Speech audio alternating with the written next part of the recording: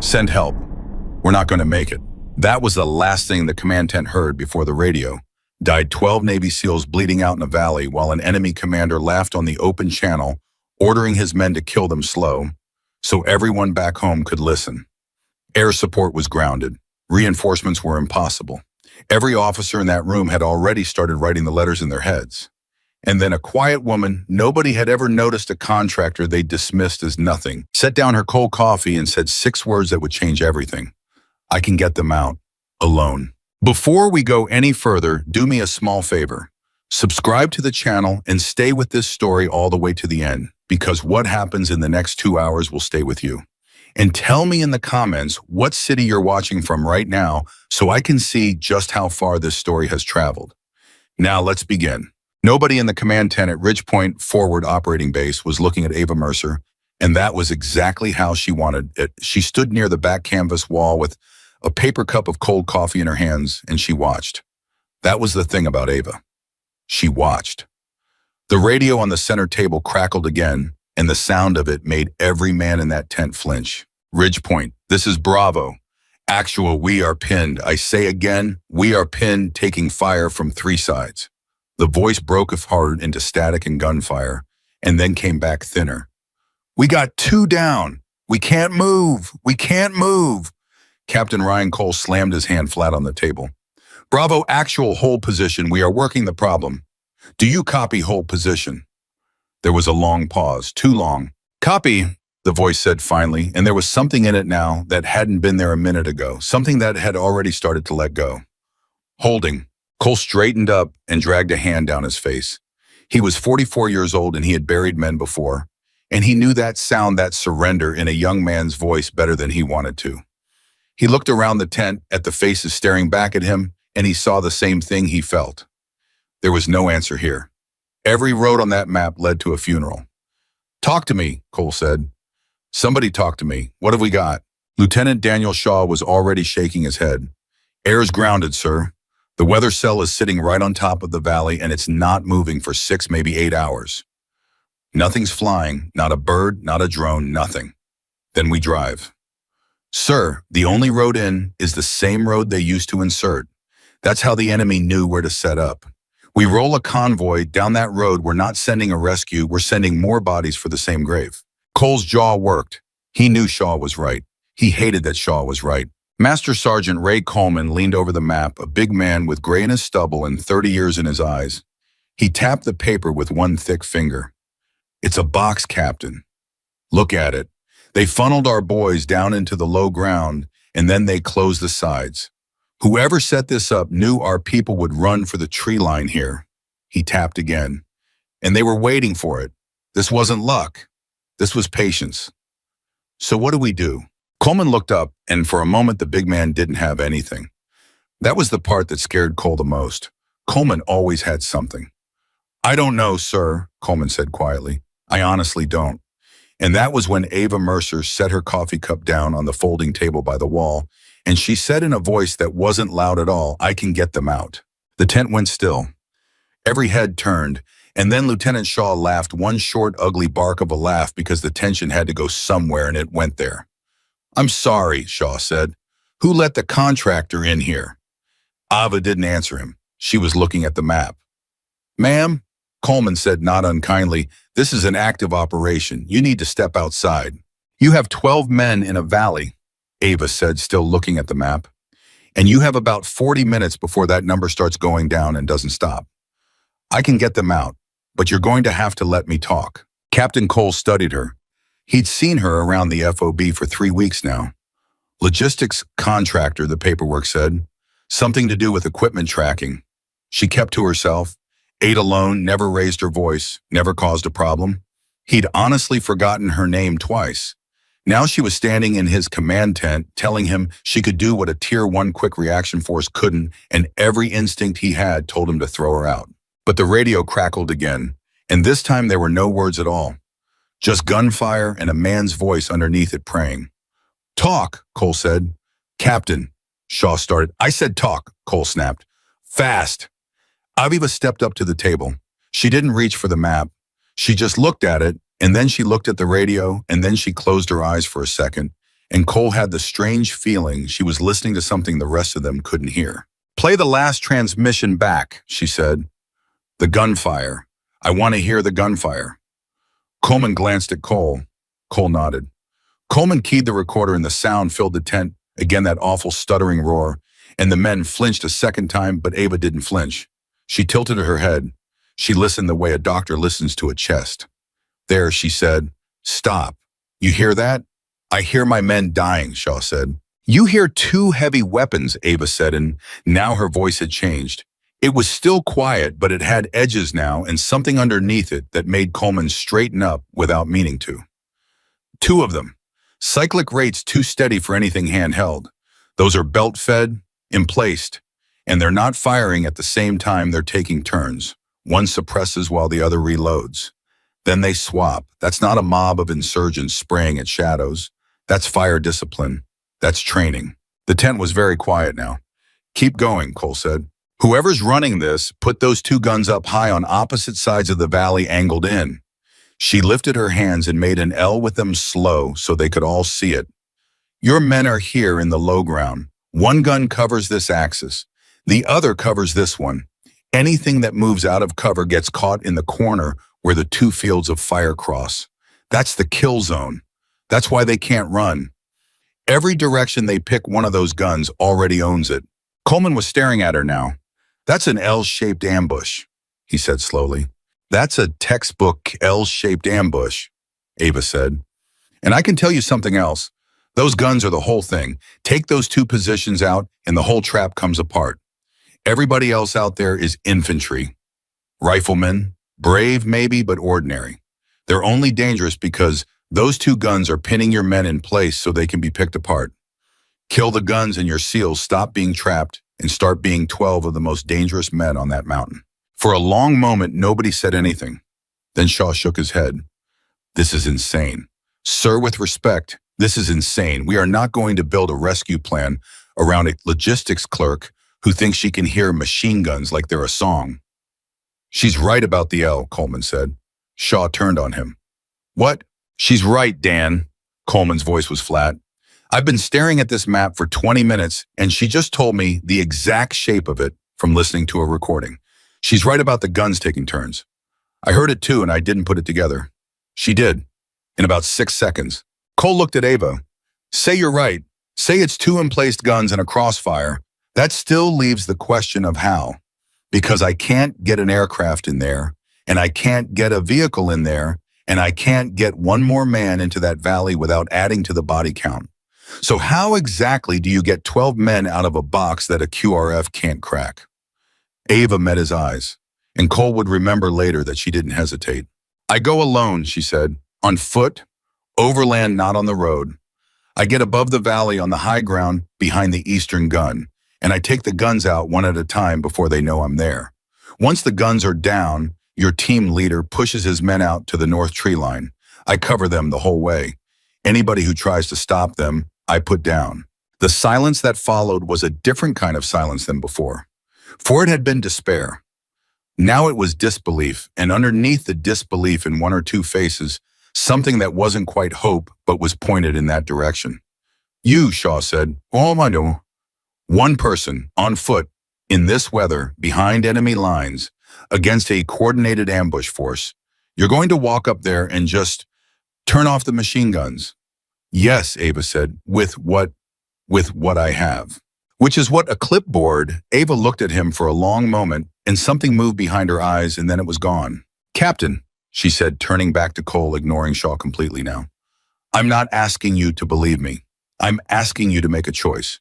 You can wait for the weather to break, and when it does, you'll fly in, and you'll recover 12 bodies, and you'll write 12 letters. Or you can let me try. If I fail, you're no worse off than you are right now. You lose nothing. Because right now, sir, you have nothing." Cole felt those words hit him somewhere deep because they were true, and the truth of them was the worst thing he'd heard all night. "Give us the room," Cole said. "Everybody but Coleman. Out." The junior officers filed out into the rain. Shaw went last, and he stopped at the tent flap and looked back at Ava with open contempt. "When this goes wrong," he said, "and it will, I want it on record that I called it." "It's on record," Ava said without looking at him. Shaw left. Cole waited until it was just the three of them. Then he leaned on the table and he looked at Ava Mercer, this quiet woman in a plain jacket who had appeared in his tent like a stranger stepping out of the dark, and he asked the only question that mattered. Who are you really? Because you're not logistics.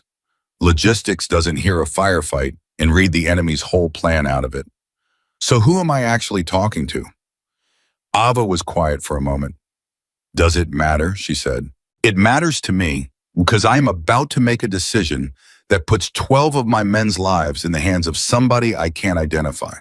And if I'm going to do that, I need one honest thing from you. Just one. Are you telling me you can actually do this? Not that you'd like to. Not that you think you can. Can you do it? Because if you tell me yes and you're lying, those men are already dead and you'll have just wasted the last chance they had. The tent was full of the sound of rain and the low static hiss of the radio. Ava looked at Captain Cole, and when she spoke, her voice was as steady as anything he had ever heard.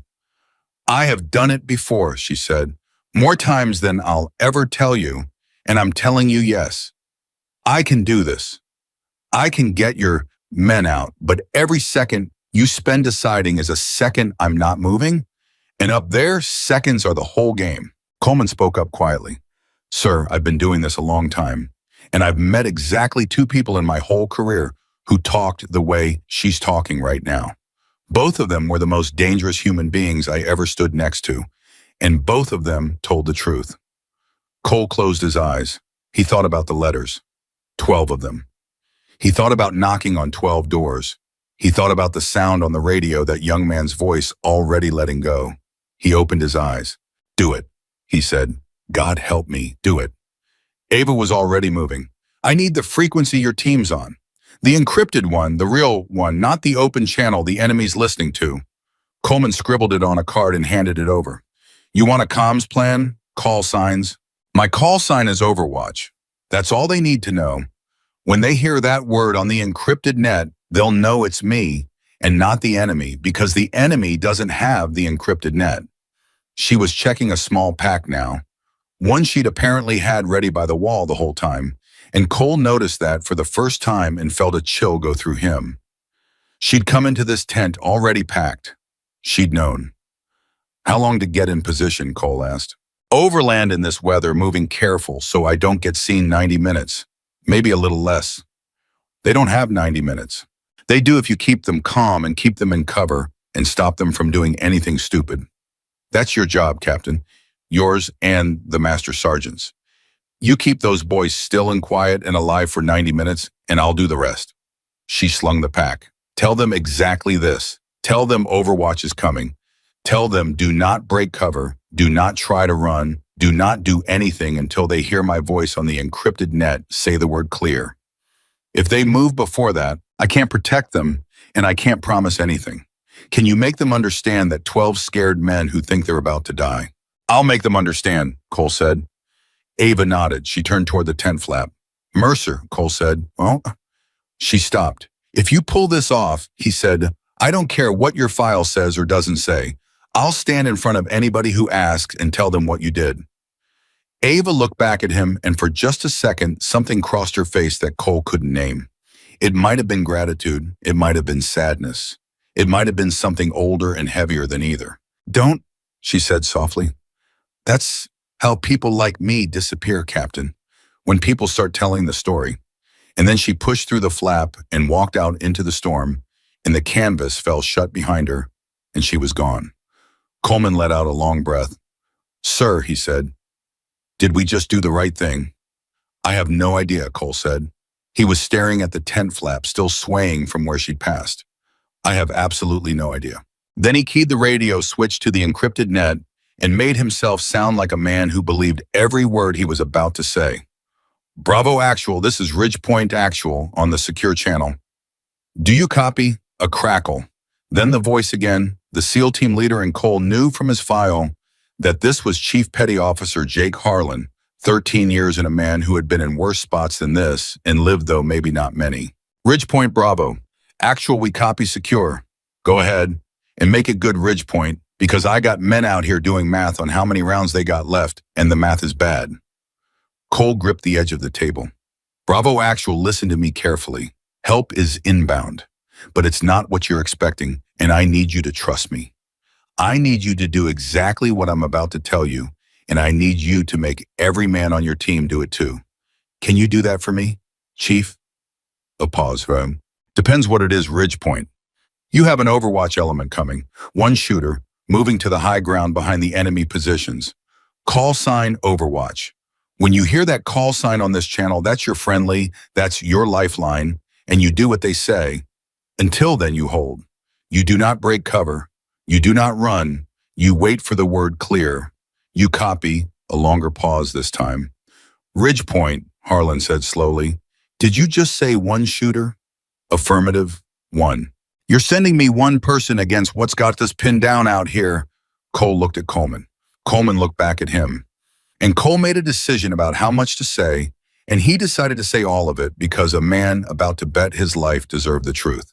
Chief, Cole said, I don't fully understand what I'm sending you. I can't tell you her name because I'm not sure I know it. I can't tell you her record because there isn't one I can find.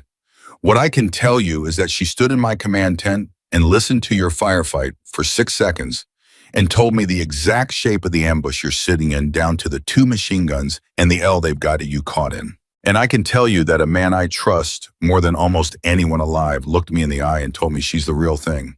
So no, Chief, I don't have a QRF for you, and I don't have air, and I don't have a convoy. What I have is her, and I am betting your lives on it because it's the only bet left on the table. The radio hissed.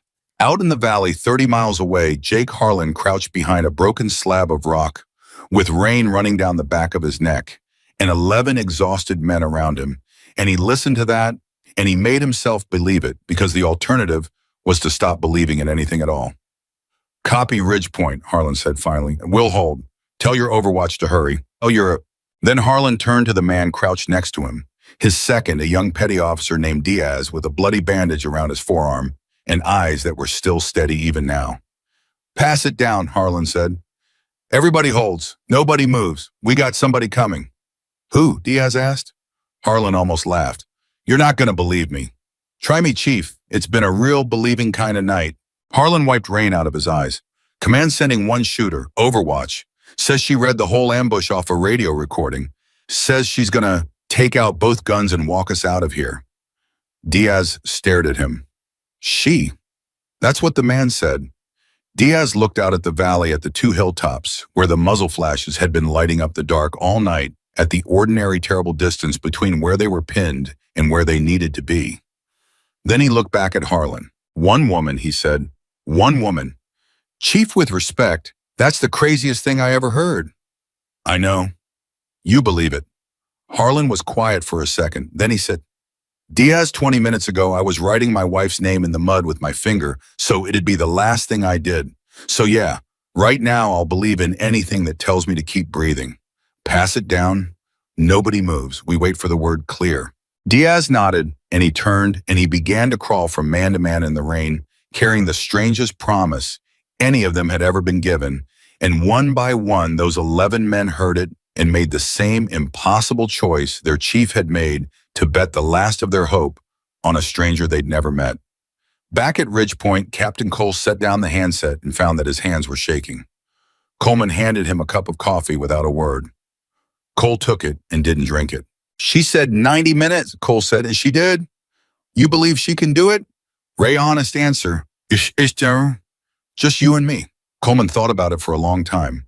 He thought about the way she'd stood there so still while everyone shouted, the way she'd read the map without touching it, the way she'd said, I have done it before more times than I'll ever tell you, and the flat certainty in her voice when she said it.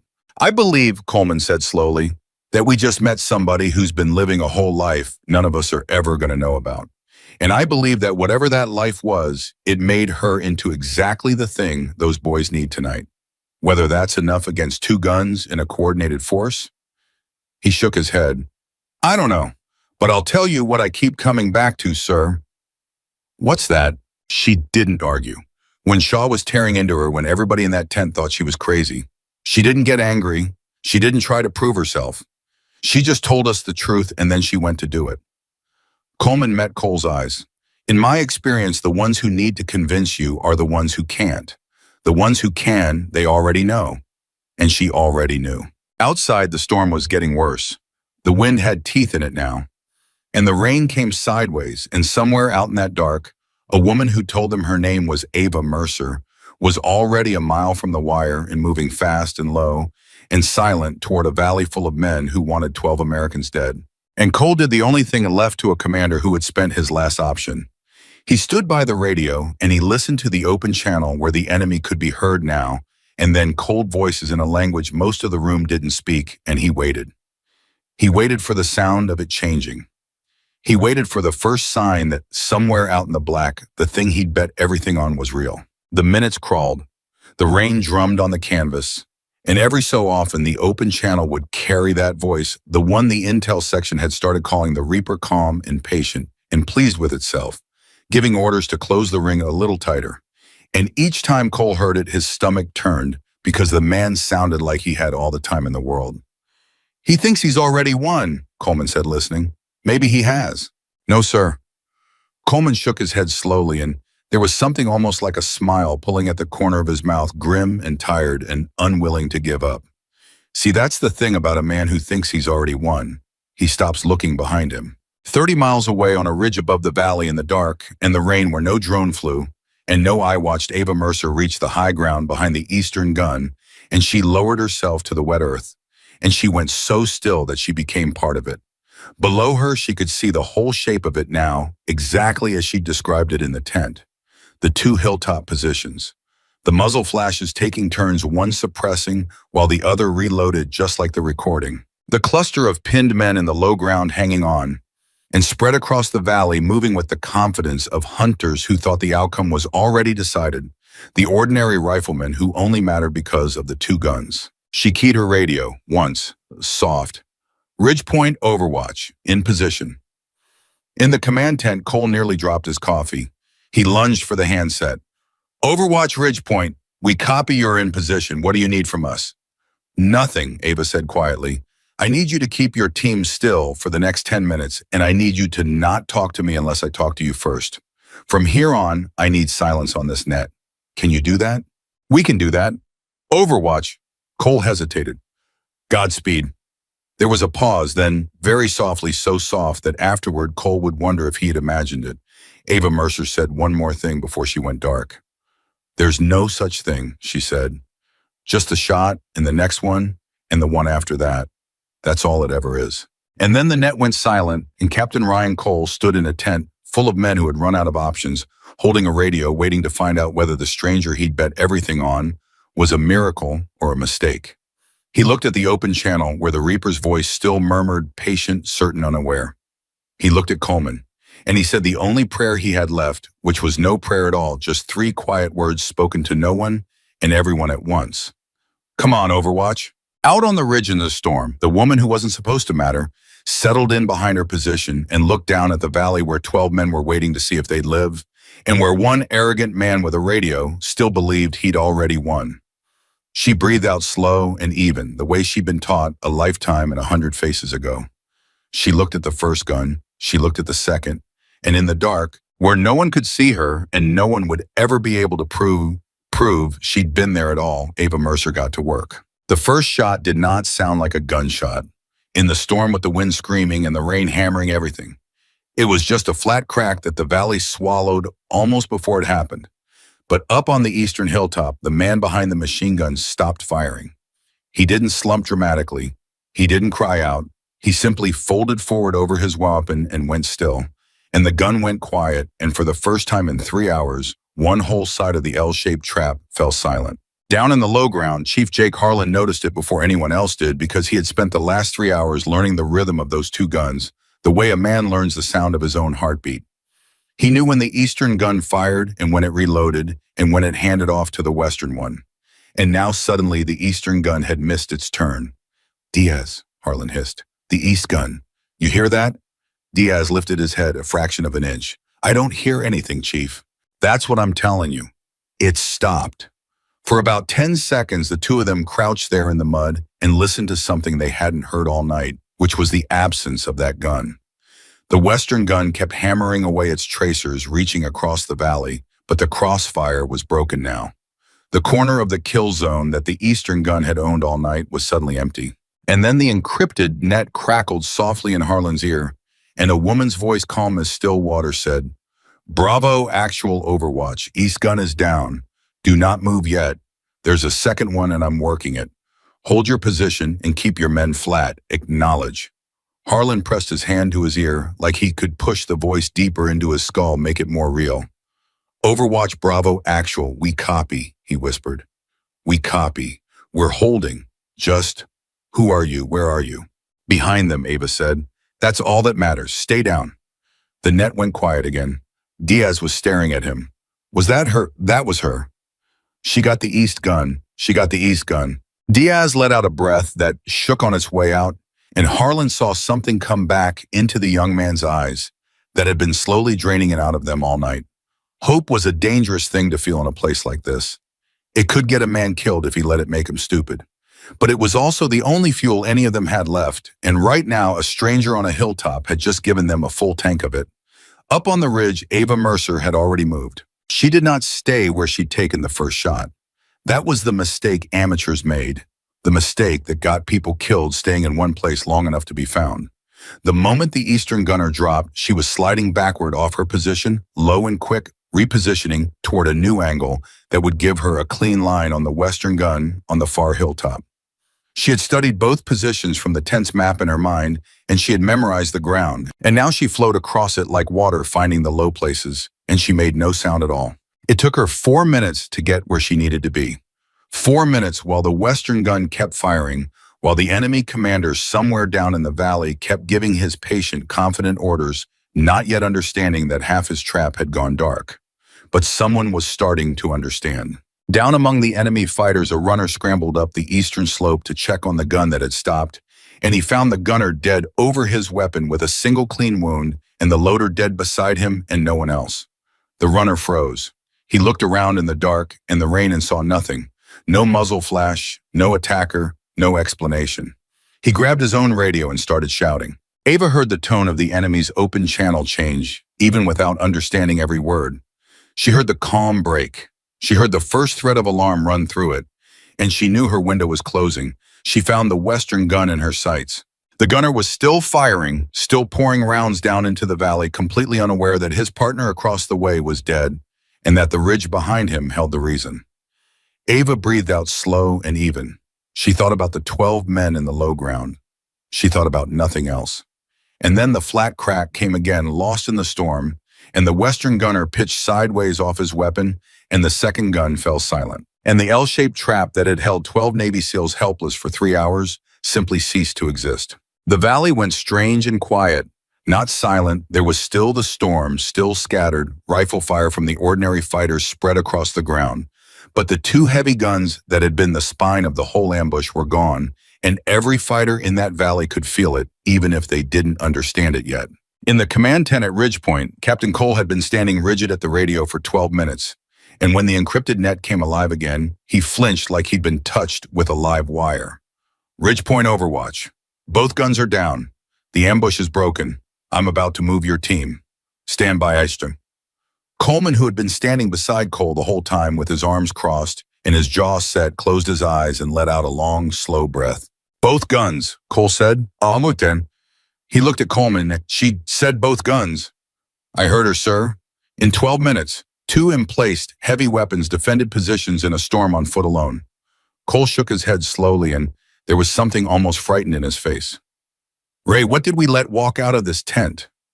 "I don't know, sir," Coleman said quietly, "but I'm starting to think Shaw's wrong about who should be embarrassed tonight." Out on the ridge, Ava was already talking fast and low, her voice never rising, never hurrying, but every word carrying total command. "Bravo actual Overwatch. Listen carefully. Both guns are down, but you are not clear yet. You've still got fighters spread across the valley floor, and they know something's wrong.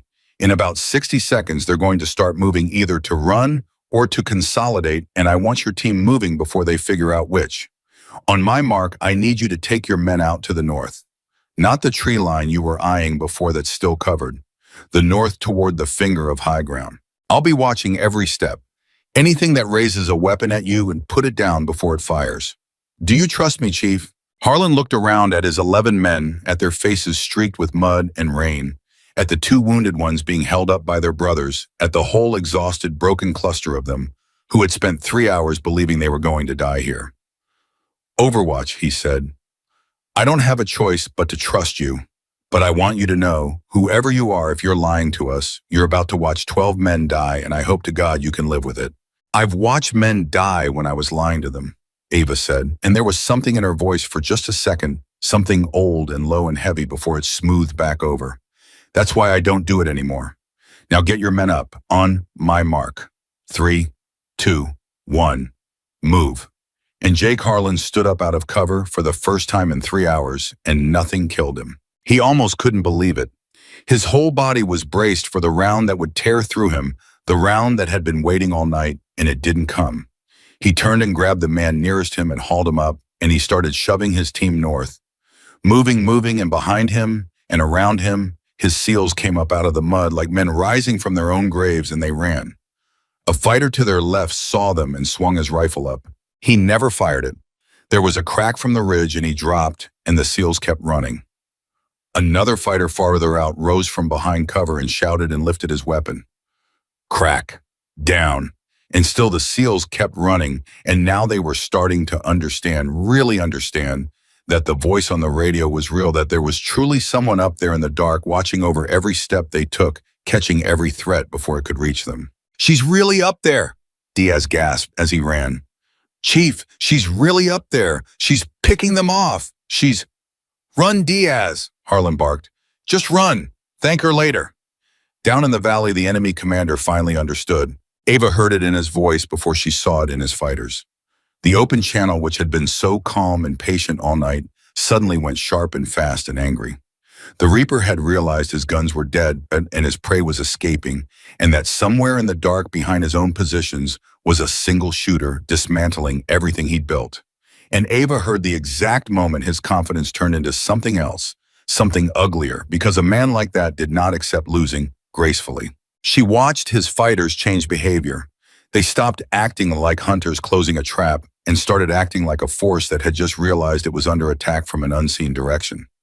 Some of them broke and ran, but others, the more disciplined ones, began turning around, began looking uphill, began trying to find her. They wouldn't. She'd already moved again. But the danger had changed shape. As long as they didn't know where she was, she owned the whole valley. The moment they pinned her position, the math flipped, because she was one person, and they were many, and one person could only be in one place. Bravo, actual Overwatch. Keep moving north. Don't stop. You're doing fine. But the enemy's on to me now, so my fire's going to get more selective. I can't cover every angle anymore. Push hard for that high ground and get your men into the rocks. Once you're in the rocks, you can defend yourselves and I can breathe. Go. Go. Harlan drove his team up the northern slope with everything he had left. 2 of his men were hit, being half carried, and every step was agony. But they made the high ground and they poured into the broken rocks, and for the first time all night they had cover that the enemy couldn't easily flank. And they turned their weapons outward, and they were a fighting force again instead of trapped prey. Overwatch Bravo actual, we're in the rocks, we're set, Harlan panted. We got good cover. We can hold here. Good, Ava said. Now stay there and let me work. Do not send anybody out. I mean it, Chief. Whatever you see, whatever you hear, keep your men in those rocks. If you send someone out into the open, I have to choose between covering them and covering the rest of you, and I won't do it. Understand? Understood. Good man. And then Ava Mercer went to work in earnest, and what happened over the next several minutes was something that Jake Harlan and every man with him would talk about for the rest of their lives on the rare occasions they could talk about it at all. Because the enemy came for the rocks. Of course they did. Their prey had escaped the kill zone but was now cornered on the high ground, and the commander threw his remaining disciplined fighters at that position, trying to overrun the SEALs before whoever was up on the ridge could stop him. Wave is too strong a word. There weren't enough of them for waves, but they came in coordinated rushes using cover bounding forward exactly the way trained fighters do. And one by one they died before they could reach the rocks. The SEALs barely had to fire. They'd raise their weapons at a fighter rushing toward them, and before they could pull the trigger, the fighter would drop, and a half second later, they'd hear the flat crack roll across the valley from somewhere up on the ridge. It happened again and again. A fighter would break from cover, sprint 3 steps and fall. Another would try to flank around the right side of the rocks and fall. Another would try the left and fall. "I'm not even shooting," Diaz said, and there was something close to awe in his voice and something close to fear, too. "Chief, I haven't fired a round in 2 minutes. She's getting all of them, every single one. How is she getting all of them?" Harlan didn't answer because he didn't have an answer. He crouched in the rocks with his rifle up and his eyes scanning the dark, and he watched a single shooter he had never met systematically take apart an enemy force that had an hour ago held his team dead to rights. And a strange, cold thought settled into the back of his mind, one he didn't fully examine yet but couldn't ignore either. This wasn't just good shooting. This was something else. The precision of it, the calm of it, the total control, the way she never missed and never wasted a round, and always seemed to know exactly where the next threat would come from before it came. This was a person who had done this 1,000 times. This was a person who had lived in this exact terrible space, one shooter against many so many times that it had stopped being extraordinary to her and become simply what she was.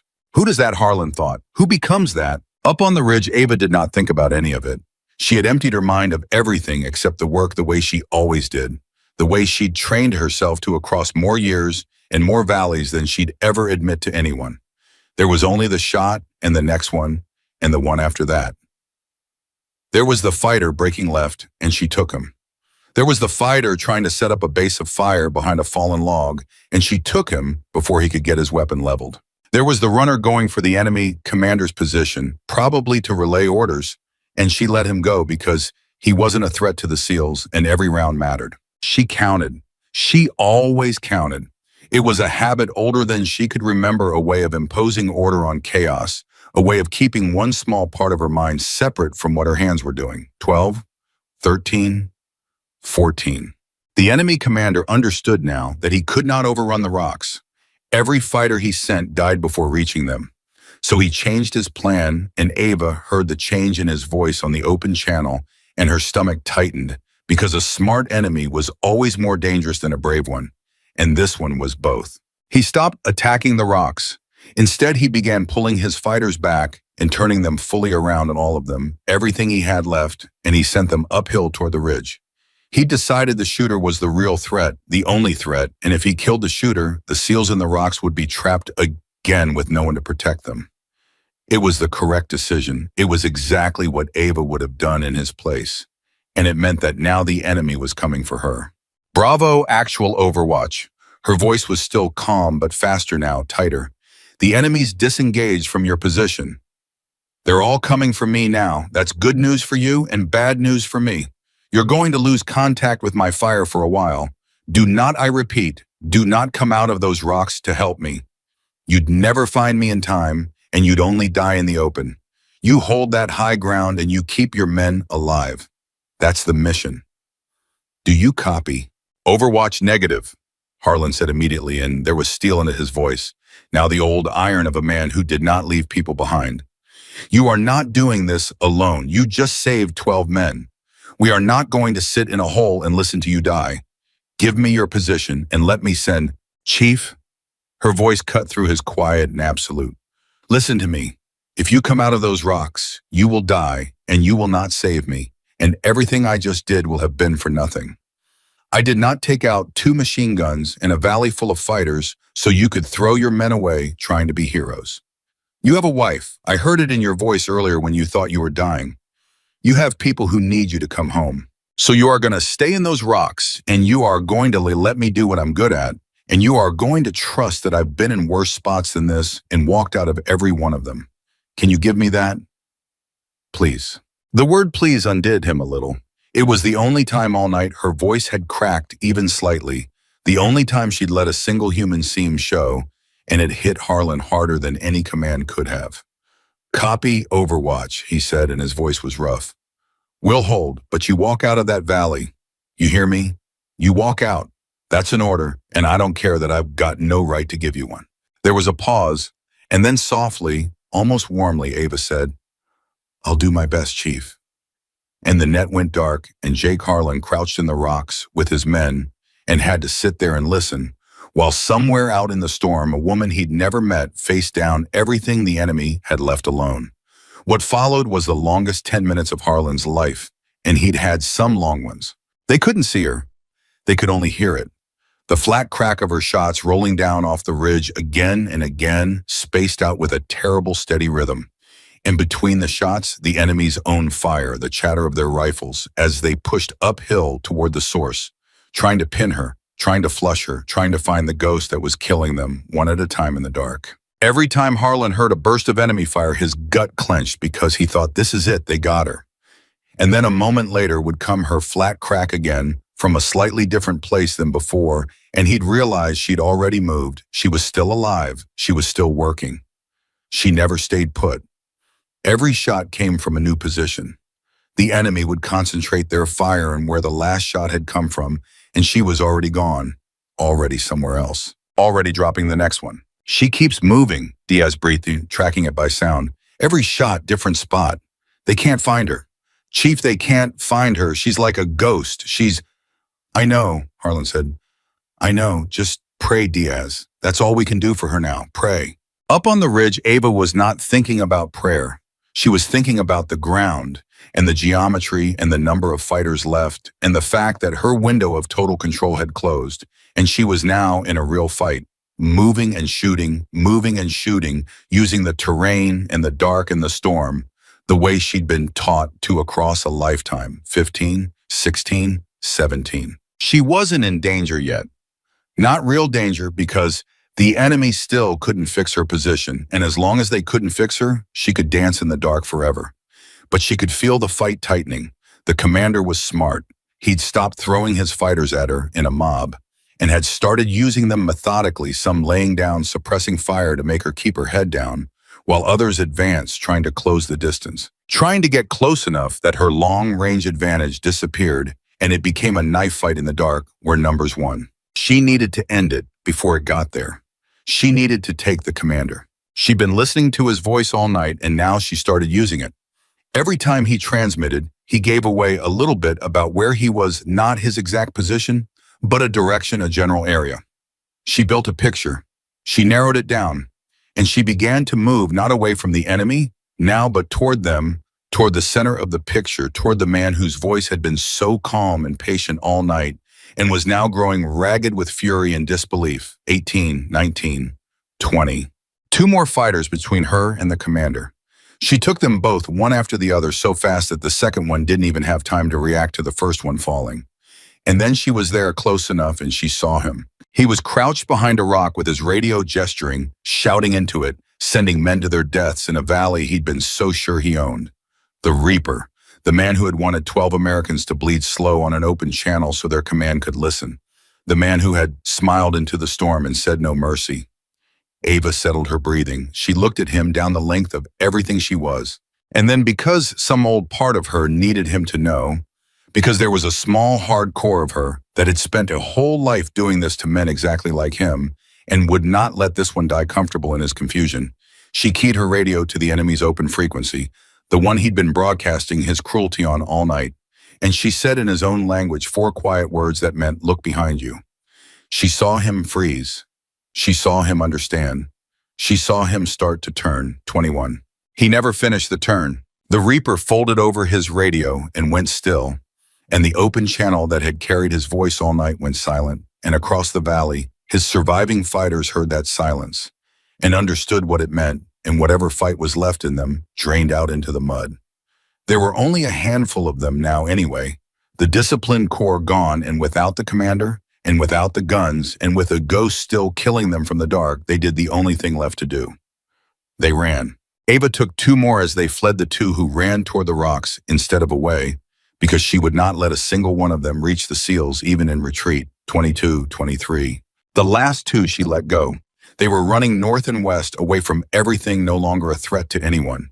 And she had never in her life killed a man who wasn't a threat, and she wasn't going to start on a mountain in the rain at the end of a night like this. She let them run into the dark, and she watched them go, and then she lowered her weapon, and for the first time in nearly 2 hours, she was still. The valley was quiet, truly quiet now, just a storm. She keyed the encrypted net. Bravo, actual Overwatch. Her voice was very tired. Suddenly, the calm still there, but hollowed out a person at the bottom of an enormous effort. The valley's clear. Their commander's down and the rest have broken and run. It's over. You're safe. Say again you are safe. Get your wounded stabilized and hold your position, and I'll guide the extraction in when the weather breaks. You did good, Chief. Your men did good. It's over. In the rocks, Jake Harlan pressed his forehead against the cold, wet stone and closed his eyes, and for a moment, he couldn't speak at all. Around him, his men were realizing it too, that the shooting had stopped, that the fear that had lived in their chests all night was finally slowly letting go. Diaz was laughing, a broken, shaky laugh with tears in it. One of the wounded men was crying openly and not ashamed of it. Somebody was praying out loud, "Thank you, God, thank you, God, thank you, God." Harlan finally found his voice. "Overwatch Bravo Actual." He had to stop and clear his throat.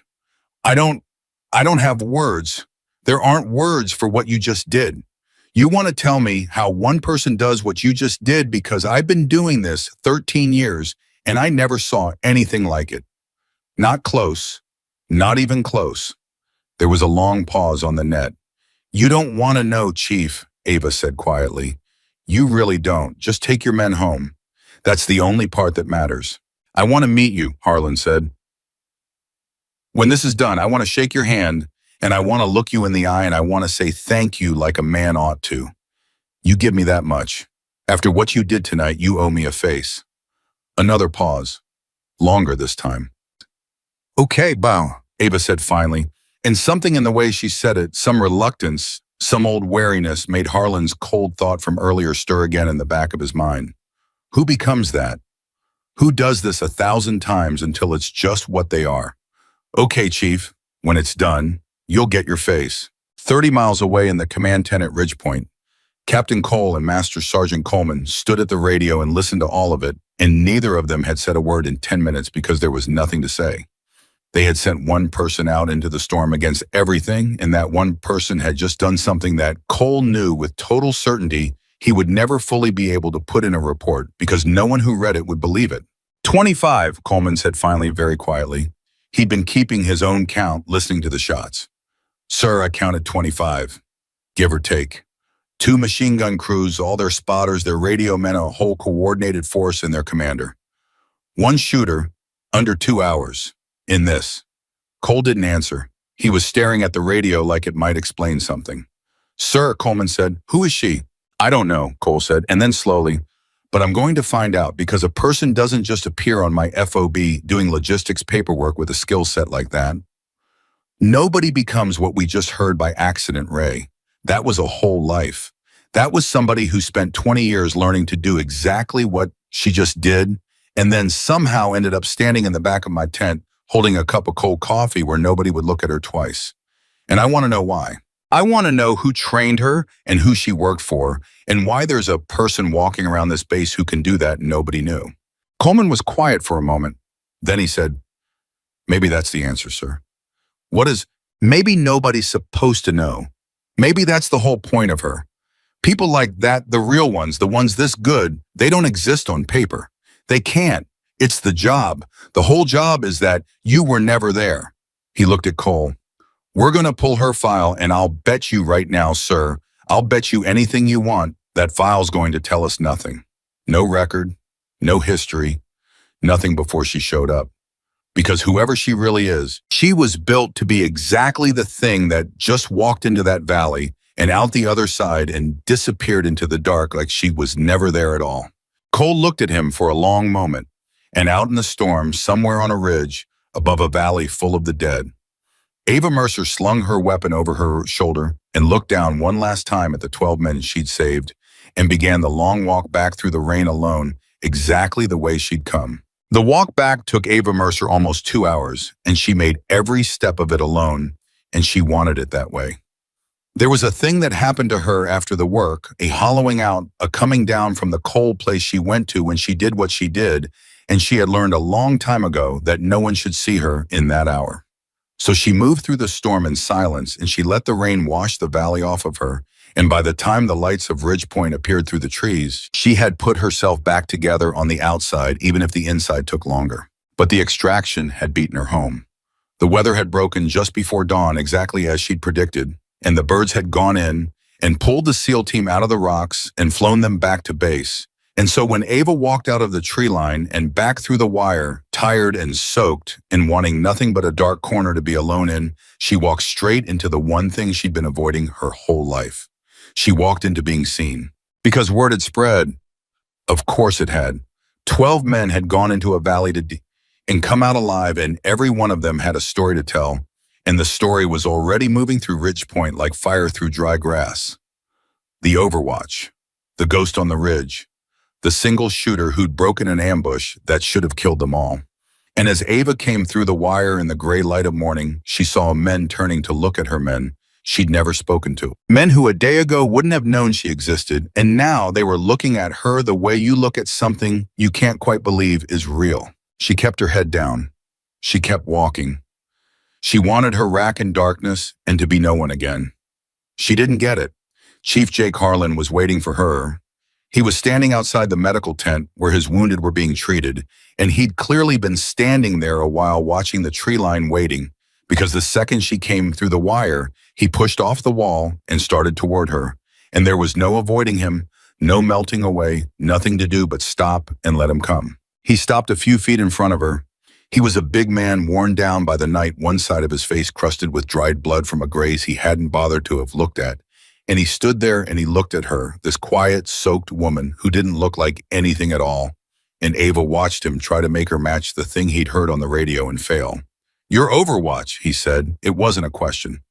"I'm just a contractor, Chief," Ava said. "I think you want somebody else." "No." Harlan shook his head slowly.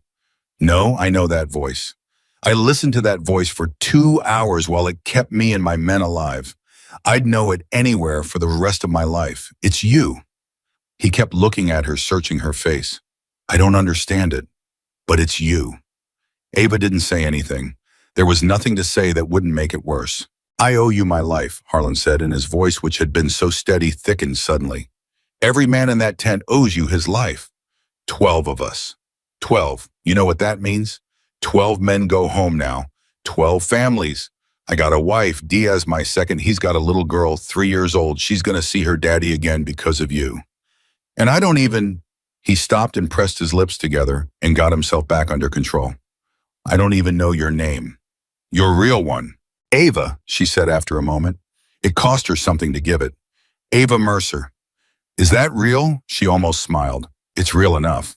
Harlan reached into his pocket then, and he took out something small and he held it up between them. It was a coined dark metal worn smooth at the edges from years of being carried.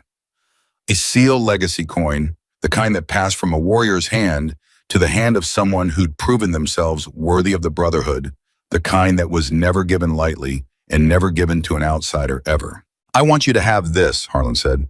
"I've carried it 11 years. It was given to me by a man who's dead now, a better man than me, and I've never once thought about giving it to anybody because nobody ever earned it. Until last night."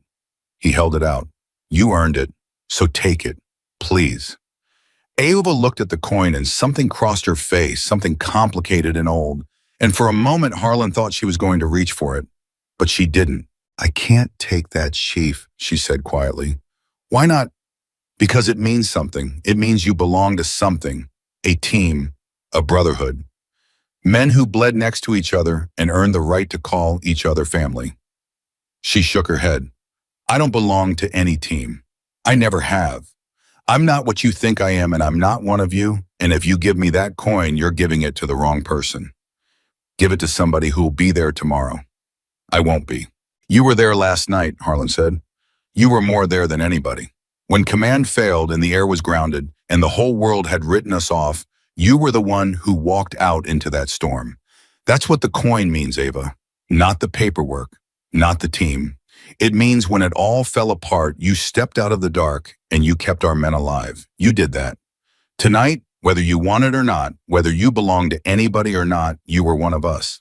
The two of them stood there in the gray morning, and Ava looked at the coin in his outstretched hand, and Harlan watched something war across her face that he couldn't name, some argument she was having with herself that had nothing to do with him and everything to do with a life he couldn't imagine.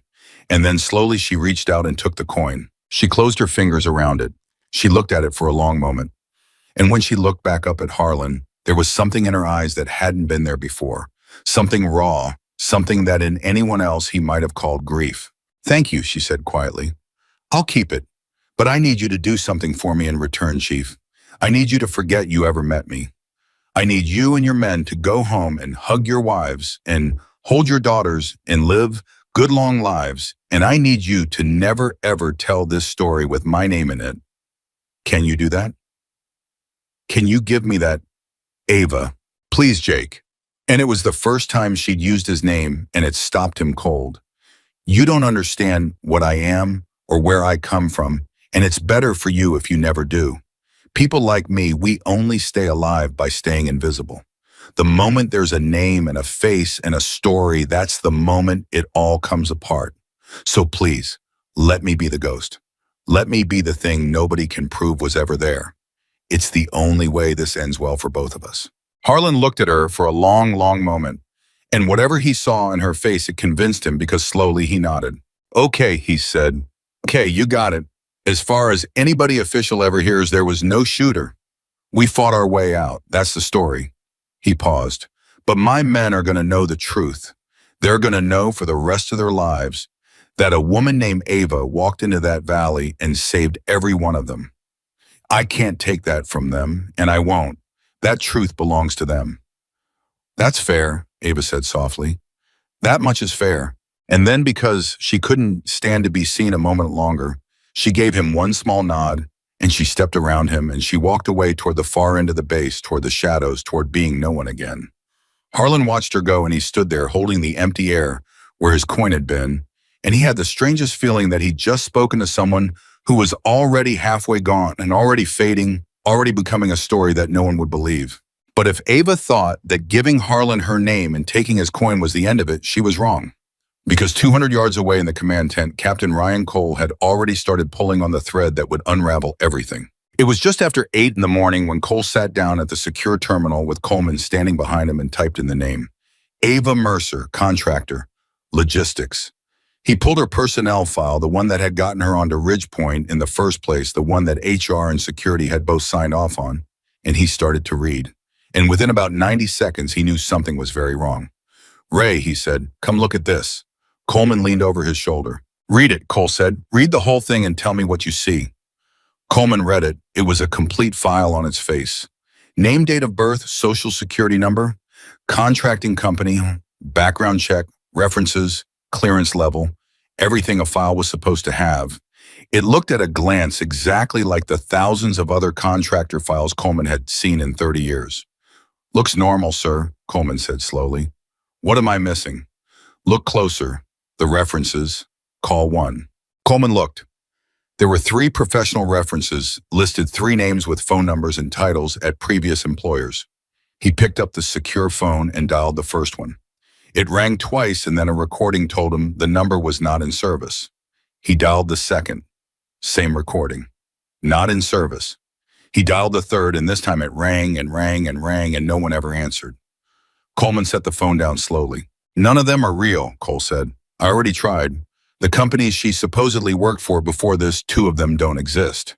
The third one exists, but has no record of anybody named Ava Mercer ever working there.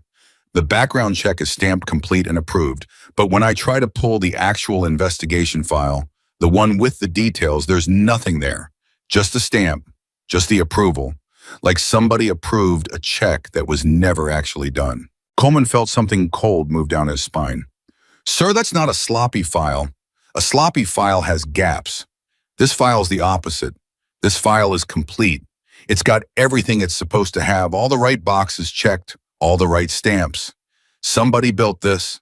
Somebody built a perfect file for a person who doesn't have a past."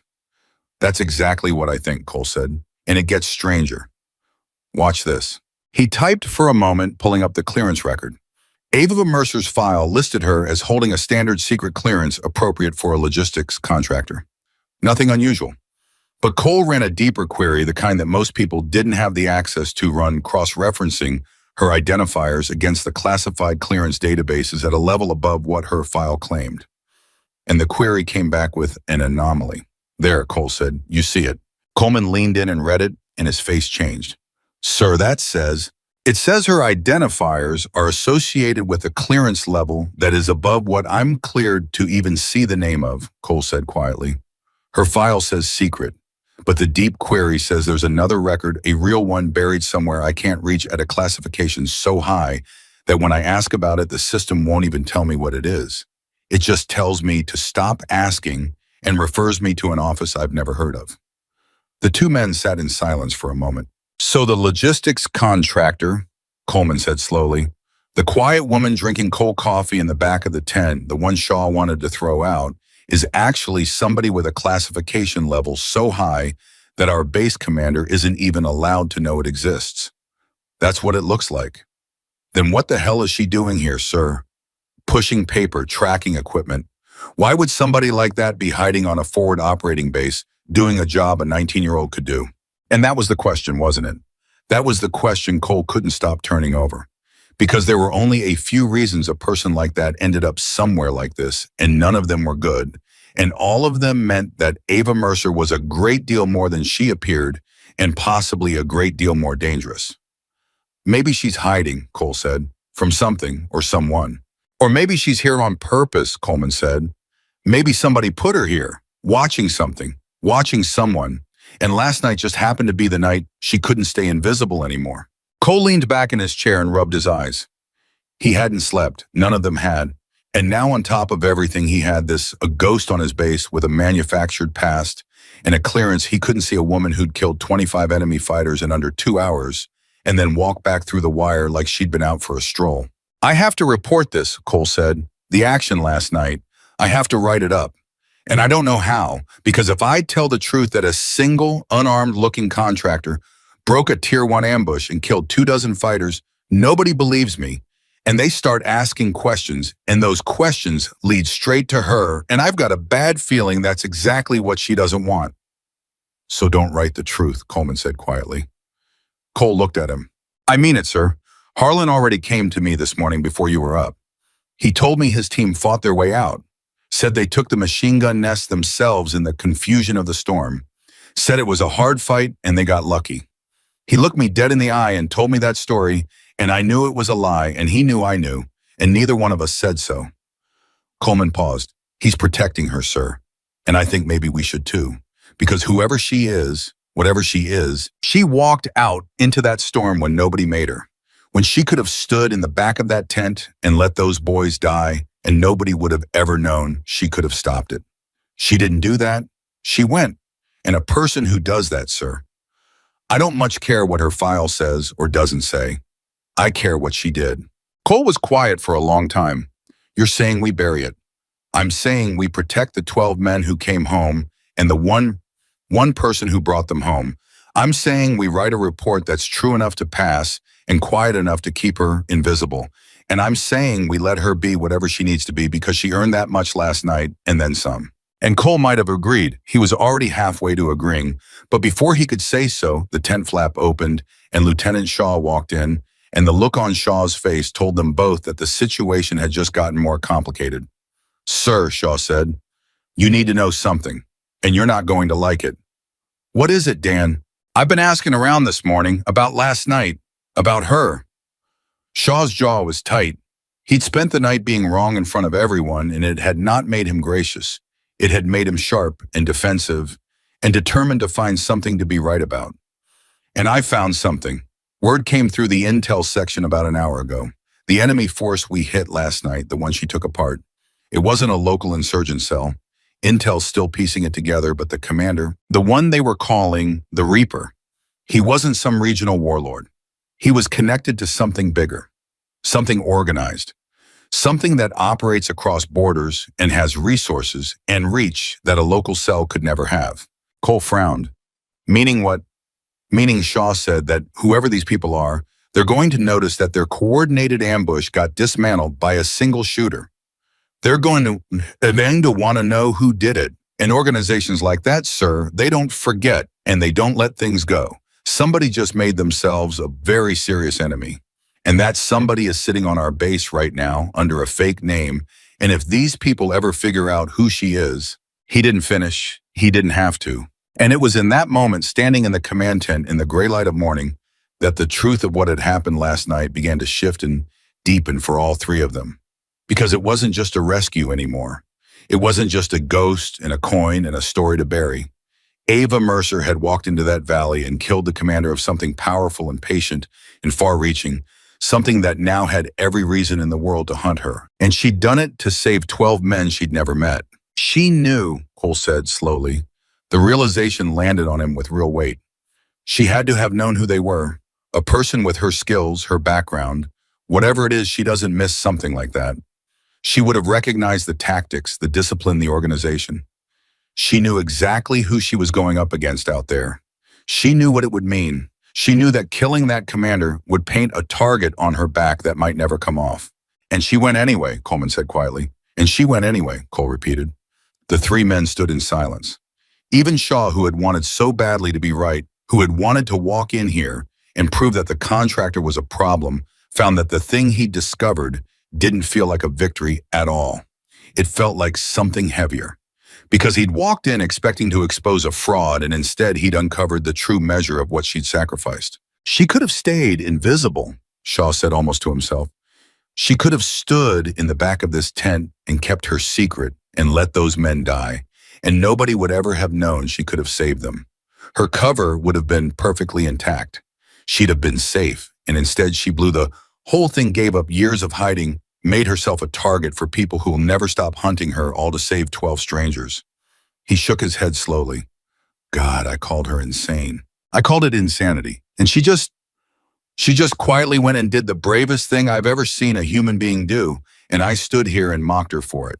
Cole looked at the young lieutenant, and some of the hardness he'd been feeling toward Shaw softened, because at least the man had the decency to see it now.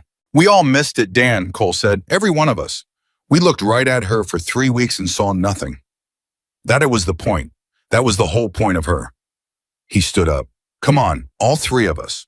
We're going to go find her, and we're going to say thank you like human beings, and then we're going to figure out how to keep her safe because she just made an enemy that we may have to help her survive. But when the three of them walked out of the command tent and across the base to the far quarters where Ava Mercer had been billeted, and Cole knocked on the door and no one answered, and Coleman pushed it open, they found the room empty.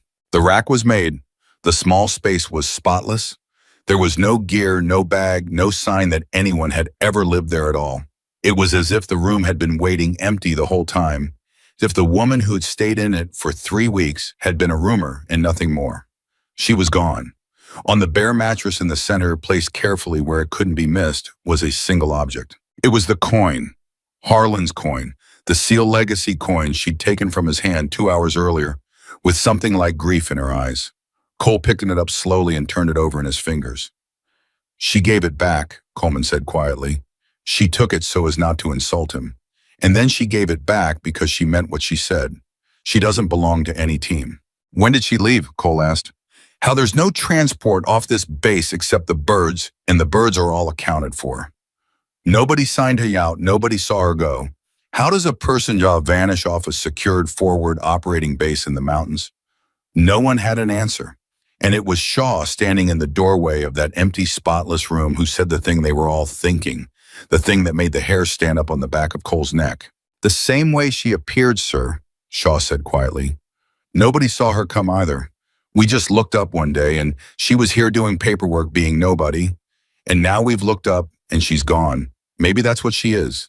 Maybe that's what she's always been. Somebody who's only ever there for exactly as long as she needs to be, and then he gestured at the empty room.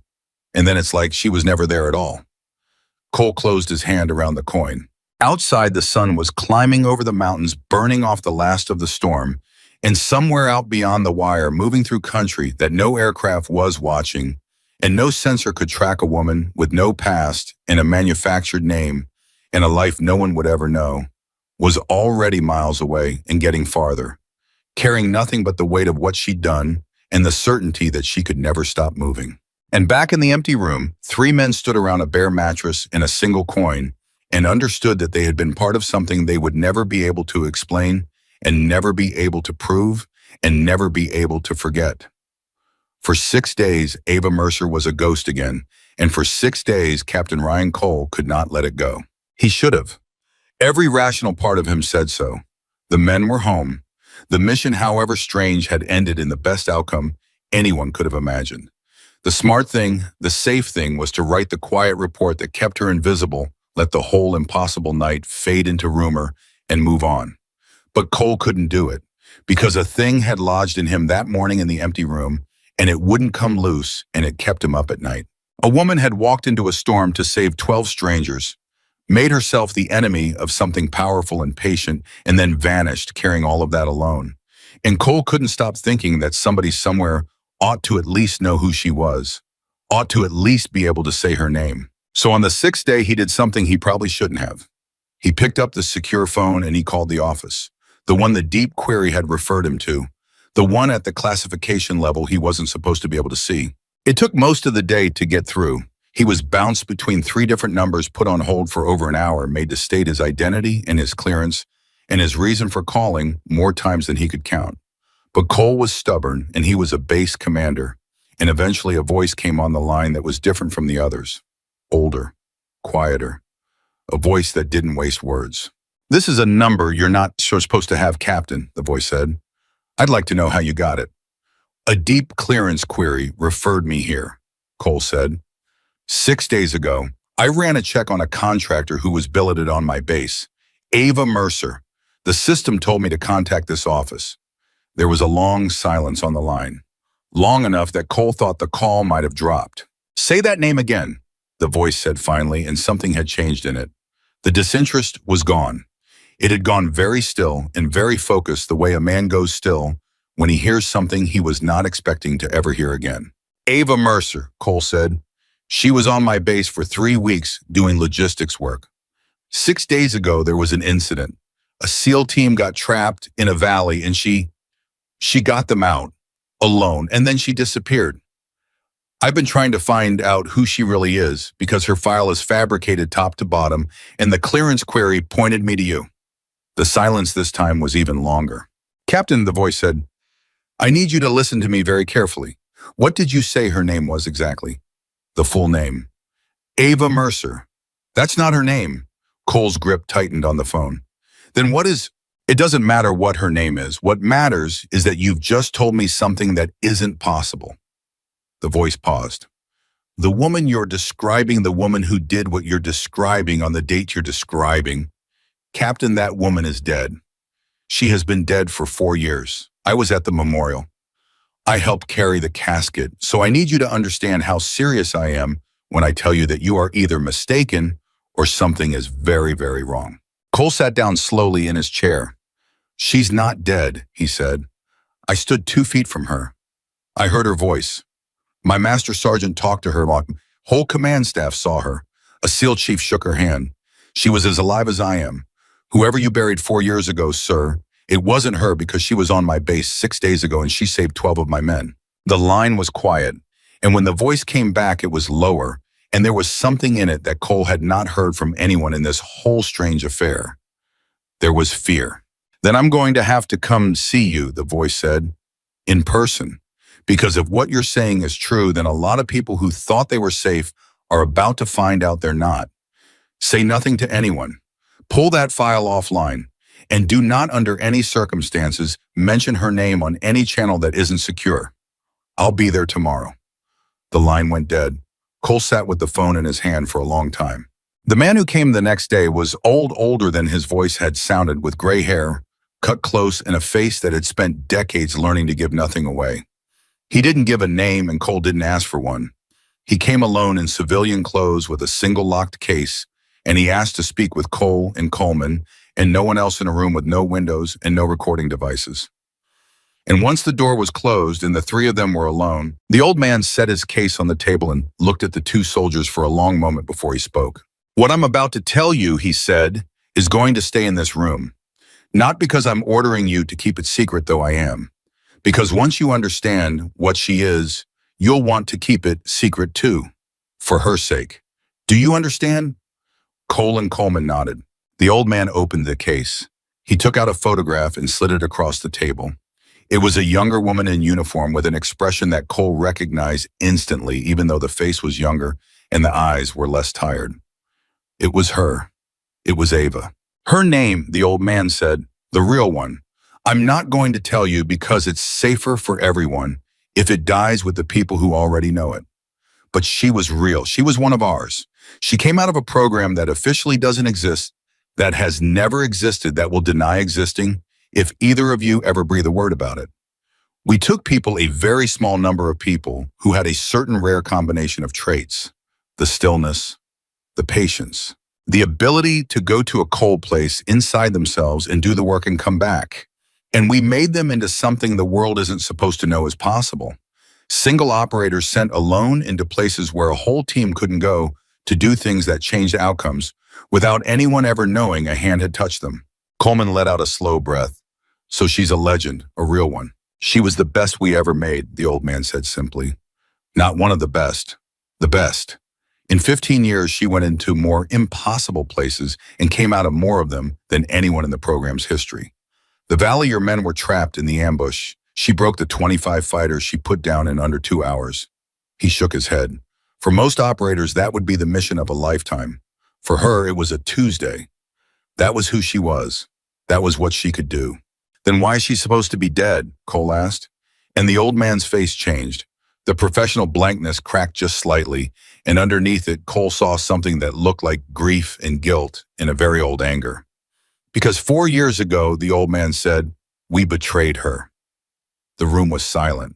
There was an operation, the old man said slowly, choosing his words with care. A hard one. She was sent in alone, the way she always was, to do something that needed doing. And partway through, the people above me, the people who make the decisions I only carry out, they decided that the operation had become inconvenient, that it was better, cleaner for everyone involved if it had never happened. And the simplest way to make an operation have never happened is to make sure the operator never comes home. Cole felt something cold and sick settle in his stomach. You're saying they tried to kill her? Your own people, after she did what you asked. I'm saying the extraction that was supposed to bring her home was never sent. I'm saying the support she was promised evaporated the moment she was deep enough that she couldn't get out on her own. I'm saying she was left in a place where she was supposed to die quietly and become a problem that solved itself. The old man's jaw tightened. And then when she didn't die, when she somehow fought her way out of a situation that no one was supposed to survive, they declared her dead anyway. Held a funeral, buried an empty casket, closed her file, because a dead operator can't tell anyone what was done to her and can't come looking for the people who did it. On paper, she died a hero 4 years ago. In reality, she walked out of a grave that her own country dug for her, and she disappeared, and until 6 days ago, I believed she was gone for good. Coleman had gone very still. And you were part of it, he said quietly. It wasn't quite an accusation, but it wasn't quite not one either. The old man met his eyes and didn't look away. I was the one who was supposed to send the extraction, he said. And I was told to stand down. And I did. I told myself I had no choice, that the order came from too high, that fighting it would only get me removed and someone worse put in my place. I told myself a lot of things over 4 years. He looked down at the photograph on the table. But the truth is, I let them leave the best person I ever worked with to die alone in a place she went because we asked her to. And I've carried that every day since. So when you called me yesterday and said her name, Captain, and told me she was alive, his voice caught just slightly. You have no idea what that did to me. Part of me was terrified, and part of me, God help me, was glad, because it meant maybe I hadn't killed her after all. Cole sat back in his chair, trying to absorb it, trying to fit it together with the quiet woman who drunk cold coffee in the back of his tent. So all this time, he said slowly, the fake file, the manufactured past, the logistics contractor hiding in plain sight on forward operating bases. That's not someone hiding from an enemy. That's someone hiding from us, from her own people, the ones who tried to have her killed. Yes, the old man said. Then why is she still doing it? Coleman asked. Why is she still out here, still on our bases, still close to the fight? If she wanted to disappear, she could vanish completely. Go somewhere with no soldiers, no operations, no risk of being recognized. Live quiet. But she doesn't. She keeps putting herself right next to the exact kind of work that could expose her. Right next to men who might trap her, might blow her cover, might be the death of her. Why? And the old man was quiet for a long moment, and when he answered, his voice was very soft. Because she can't stop being what she is, he said. You don't understand. A person like that, they don't do the work for the mission or the flag or even the people who send them. Somewhere along the way, it becomes something deeper than that. She does it because she cannot stand by and watch people die when she has the power to stop it. It's not a job to her. It's not even a duty. It's who she is all the way to the bottom. They took everything from her name, her past, her country, her right to exist. But they couldn't take that. The one thing that's truly hers is that when everything falls apart and someone is about to die, she steps out of the dark and she saves them. He looked at Cole. That's why she was on your base, Captain. Not because she was hiding there, because that's where the people who need saving are.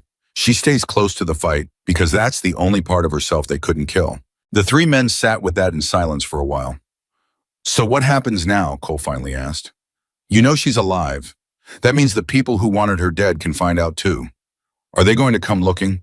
The old man's face hardened again. That's the danger. The people who did this to her, most of them, are still in place, still powerful. And if word gets to them that she's not only alive but active, that she surfaced to break an ambush that killed the commander of an organization we've been quietly worried about for years. He shook his head. She just did something visible, the most visible thing she's done in 4 years. And visibility for her is the one thing that gets her killed. The men who buried her once would very much prefer she stay buried. Then we don't tell them, Coleman said flatly. Simple as that. Whatever report we write stays vague. Nobody upstream ever connects the incident to her. She stays dead on paper. She stays safe. That was my hope too, the old man said. But it may already be too late, because you weren't the only one asking questions, Captain. Cole frowned. What do you mean? The old man reached into his case again and took out a second sheet of paper. And this one he didn't slide across the table gently. He set it down hard. 3 days ago, he said, before you ever called me, someone else ran a query on the same identifiers you did, from outside the normal channels. Someone with very sophisticated access who knew exactly what to look for. They didn't stumble onto her file the way you did. They went straight for it. They knew her operational identifiers, the ones only a handful of people in the entire program ever had. And they were checking to see if those identifiers had shown any activity. He looked up. They have now. Your incident lit her up like a beacon. Whoever ran that query 3 days ago was looking to see if she was alive. And 6 days ago on your base, she gave them their answer. The blood drained out of Cole's face. You're saying someone already knows. I'm saying someone was already looking, which means someone already suspected, which means the thing I was afraid of, the thing that could get her killed, may already be in motion. The old man's voice was grim. And here's what frightens me most, Captain. The query 3 days ago didn't come from the enemy she made in that valley. It came from inside, from access that only our own people have, which means the ones hunting her now aren't the organization whose commander she killed. It's the same people who tried to bury her 4 years ago. They know she's back. And this time they're not going to make the mistake of assuming she'll die quietly on her own. And in the silence that followed, all three men understood the true shape of what they were caught up in. It was no longer a story about a ghost who saved 12 men. It was a story about a woman her own country had tried to murder, who had refused to die, who could not stop saving people, even though every rescue put her back in the crosshairs, and who was now being hunted by the very men who'd betrayed her men with resources and reach, and every reason to make sure that this time the job got finished. We have to warn her, Cole said. We have to find her and warn her that they know she's alive. The old man laughed softly without any humor in it at all. Captain, he said, you don't find her? Nobody finds her. That's the whole point of what she is. If she wanted you to find her, you already would have. The best we can hope for is that she finds out on her own the way she finds out everything before they get to her. He paused. Although what? The old man was looking at something across the room, and Cole followed his gaze and realized he was looking at the small metal object sitting on the corner of the table where Coleman had set it down. The coin, Harlan's coin, the one she'd taken and then left behind on the bare mattress. She gave that back, the old man said slowly. You told me that. She took the seal's coin and then she left it behind when she vanished. That's right, Coleman said. She said she doesn't belong to any team.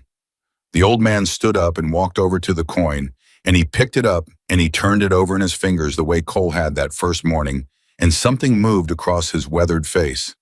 No, he said quietly, that's not why she left it. Then why? The old man set the coin down again gently, and he looked at the two soldiers, and there was something in his eyes now that was almost like hope and almost like dread, and Cole couldn't tell which. Because leaving something behind is how she says goodbye, the old man said. In 15 years, I watched her walk away from 100 places, and she never once left a trace. Never. Not a fingerprint, not a hair, not a whisper. Leaving nothing behind was the discipline that kept her alive. So if she left this coin, if she deliberately placed it where you'd find it, then she did it on purpose. She wanted you to have it. She wanted you to remember. He paused. And a person who suddenly starts wanting to be remembered after 15 years of making sure she never was is a person who's decided something. A person who thinks this might be the last time. The room went cold. You think she knows, Cole said. You think she already knows they're coming for her. I think that the old man said that she has always known this day would come. I think she's known for 4 years that eventually her own people would find out she survived, and that when they did, they'd come to finish what they started. And I think that 6 days ago, when a SEAL team was trapped in a valley and she had a choice between staying invisible and saving them, she made a decision. She decided that if surfacing meant they'd finally find her, if saving those men meant painting a target on her own back that would never come off, then so be it. She decided that 12 lives were worth her own. He looked down at the coin. She left this behind because she was saying goodbye, not to the SEAL, to all of it. To the running and the hiding and the endless staying alive. I think she's tired, gentlemen. I think she's been tired for 4 years. And I think she just decided that if she has to be found, she'd rather be found having done one last good thing. Cole stared at the coin on the table, and he thought about the quiet woman with the cold coffee and the grief in her eyes when she took the coin, and the way she'd said, "Please let me be the ghost." And he understood finally that he'd witnessed something he'd completely misread. He'd thought he was watching a professional protect her cover. He'd actually been watching a woman lay down her life slowly, deliberately, one act of mercy at a time. Then we can't just let it happen, Cole said, and his voice was rough. I don't care if she's decided she's tired. I don't care if she thinks 12 lives were worth hers. She saved my men. She's been betrayed enough. I'm not going to stand here and let the same people who tried to murder her 4 years ago get another shot at it. There has to be something we can do. The old man looked at him for a long moment, and something in his weathered face shifted. Softened, warmed by a fraction. You know, he said quietly, in 4 years, you're the first person who said that. The first person who heard what was done to her and wanted to fight it instead of look away. I looked away. Better men than me looked away. He picked up his case. Maybe that's worth something. Maybe that's worth trying. Trying what? Coleman asked. The old man moved toward the door and he paused with his hand on the handle, and he looked back at the two of them. I spent 4 years of believing I helped kill the best person I ever knew, he said. And yesterday I found out I was wrong, that she's alive, that she's been out there all this time doing the only thing she knows how to do, which is save people who can't save themselves. I'm an old man. I don't have much left to lose, but I have some access and I have some old debts I can still call in. And I know how these people think because I used to be one of them. His jaw set. They're going to come for her. I can't stop that. But maybe, just maybe, I can find out when and where and get to her first. Maybe I can give her the one thing nobody gave her 4 years ago. He opened the door. A warning and a choice. And if you find her, Cole said, if you actually reach her before they do, what do you say to the woman you helped leave for dead? The old man stood in the doorway, and for a moment, the professional mask fell away completely, and Cole saw underneath it a tired old man carrying 4 years of a weight that had nearly broken him. I say I'm sorry, he said quietly, and I say it's not too late, and I say that this time, whatever happens, she won't be alone. This time somebody's coming for her. He paused. It's the least I owe her. It's the least any of us owe her, and it's 4 years too late. And then he was gone out the door, and down the hall, an old man moving with sudden purpose, after 4 years of carrying his guilt in silence off, to try to save the life of the woman he'd once helped condemn. And Cole and Coleman stood alone in the windowless room with a coin on the table and the terrible knowledge of what they'd stumbled into. And somewhere out beyond the wire and country, no one was watching. The woman who had decided she was tired of running moved quietly through the world, carrying the weight of one last goodbye, not yet knowing that for the first time in 4 years, someone was finally coming to help. It took the old man 9 days to find her, and when he did, it was not because his access worked or his old debts paid off. It was because she let him. He had spent those 9 days pulling every thread he could reach, calling in favors from men who owed him and men who feared him, tracing the query that had lit her up from the inside, working backward toward the people who'd run it. And the more he learned, the worse it got, because the ones hunting her weren't just a few embarrassed officials anymore. It had grown. The organization whose commander she'd killed in that valley had put a price on the ghost who dismantled them. An enormous price. And word of that price had traveled. And somewhere along the way, it had reached the same people inside who'd tried to bury her 4 years ago. And those people had realized that they now had a perfect opportunity. If the outside organization killed her hunting for revenge, then the men who'd betrayed her would finally be safe and their hands would be clean. All they had to do was point the hunters in the right direction. So they had. The old man discovered on the seventh day that someone inside had quietly leaked her operational pattern, the small tells that a person like her could never fully erase, to the very organization that wanted her dead. Two enemies who should never have been on the same side had been joined together for the single purpose of erasing one tired woman. And they were close. The old man could feel how close. And he was running out of time. On the ninth day, exhausted and half out of hope, he stopped in a small town at the edge of nowhere to rest, and when he walked into the room he'd rented, she was sitting in the chair by the window, waiting for him, as calm as if she'd been there all along. He froze in the doorway. "You look older," Ava said quietly. "4 years older than the last time I saw your face, which was the day you sent me in and didn't send anyone to bring me back." The old man's mouth worked, but for a moment nothing came out. He'd rehearsed this 100 times over 9 days, everything he wanted to say, and now that she was in front of him, alive, real, watching him with those still eyes, he remembered all of it left him. "How long have you known I was looking for you?" he finally managed. "Since the second day." She didn't move from the chair. "You're gooder you used to be, but I've been staying alive for 4 years by knowing when someone's pulling threads with my name on the end of them. I felt it the moment you started." She tilted her head slightly. "The question isn't how I knew you were looking. The question is why I let you find me, because I could have let you chase me forever and you'd never have caught me." "Then why?" "Because I wanted to look at your face," Ava said, "when you told me you were sorry. I wanted to see if you meant it. That's all. I've been alone with what you people did to me for 4 years, and I found out I wanted just once to watch one of you say it and mean it. Is that strange? After everything, that's the thing I wanted." And the old man crossed the room and he sat down heavily in the chair across from her, and he looked at the best person he'd ever known, the one he'd helped leave for dead, and he said the words he'd carried for 4 years. "I'm sorry," he said, his voice broke on it. "I was told to stand down and I stood down. I let them leave you. I told myself I had no choice, and it was a lie. I had a choice. I always had a choice, and I chose to save myself instead of you. And I have hated myself every single day since. There is nothing I can say that makes it right. There's no apology big enough. But it's the truest thing I've ever said, and I need you to hear it. I'm sorry. I'm so sorry." Ava looked at him for a long time. And whatever she saw in his face, it was enough, because slowly something in her shoulders loosened, some weight she'd been carrying set down at last. "Okay," she said softly. "Okay, I believe you." She let out a breath. "You have no idea how long I've waited to believe one of you." "There's more," the old man said, urgently leaning forward. "Ava, listen to me. I didn't come just to apologize. I came to warn you. They know you're alive. The incident in the valley lit up your identifiers, and someone inside caught it, and it's worse than that. It's so much worse. The organization whose commander you killed, they put a price on you, an enormous one, and the same people who tried to bury you 4 years ago, they've leaked your patterns to that organization. They've pointed them right at you. Two enemies working together, one for revenge and one to finish what they started.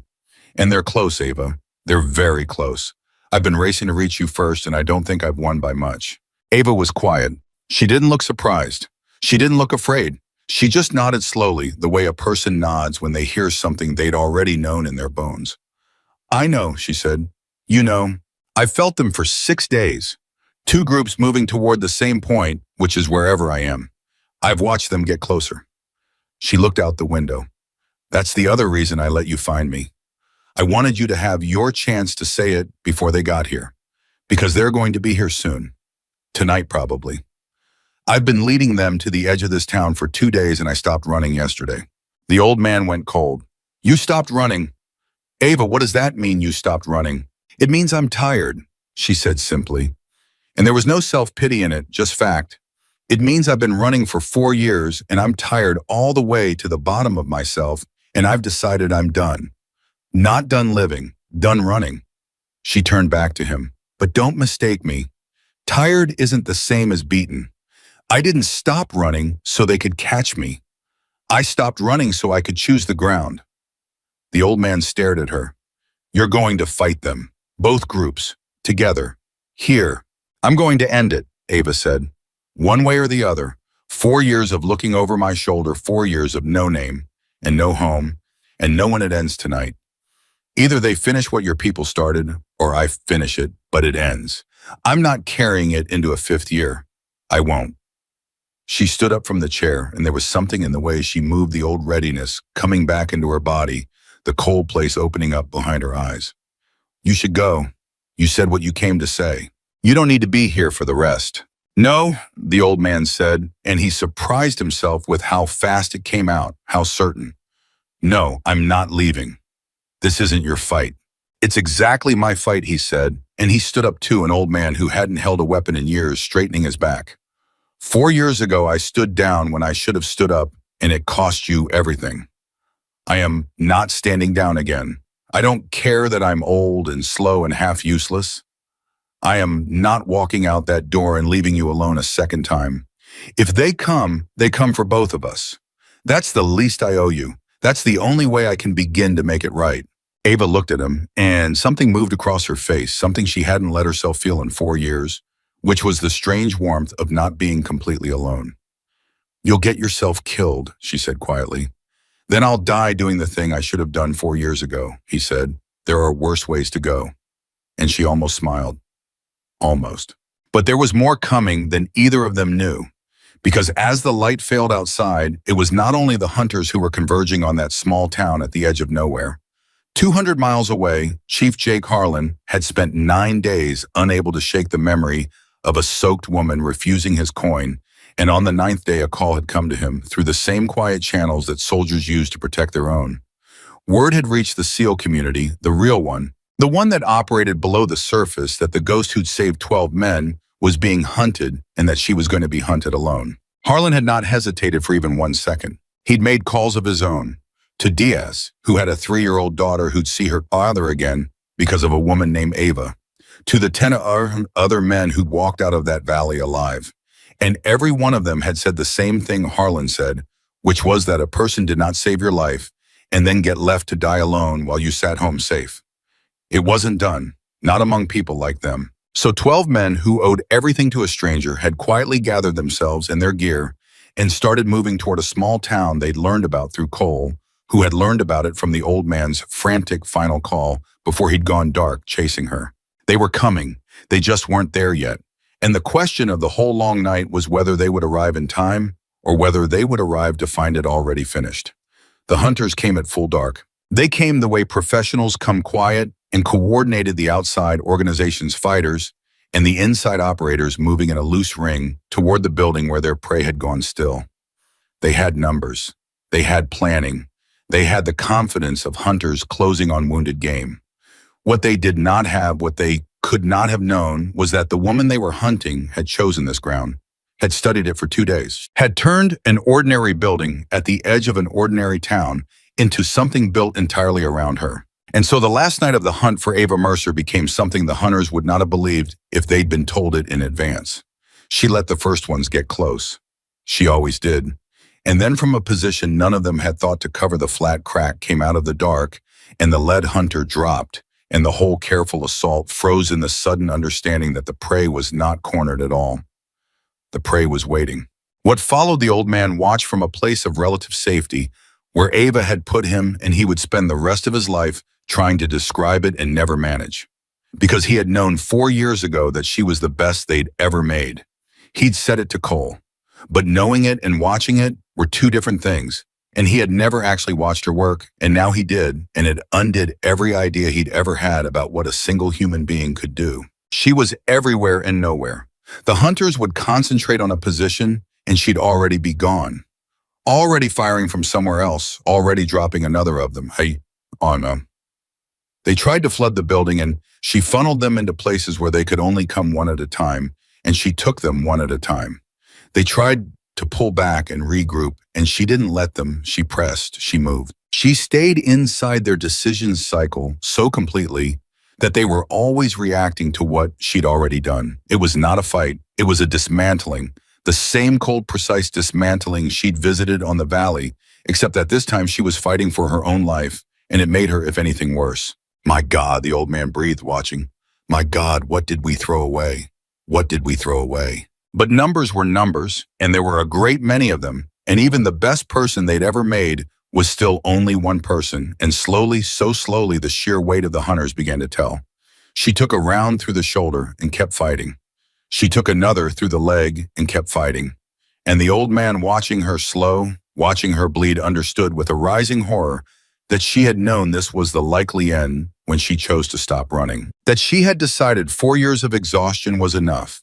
And this was where she would set it down, and that she was going to take as many of them with her as she could, and then she was going to die on ground of her own choosing, and she was at peace with it. No, the old man said. No, no, no. He came out of his safe place.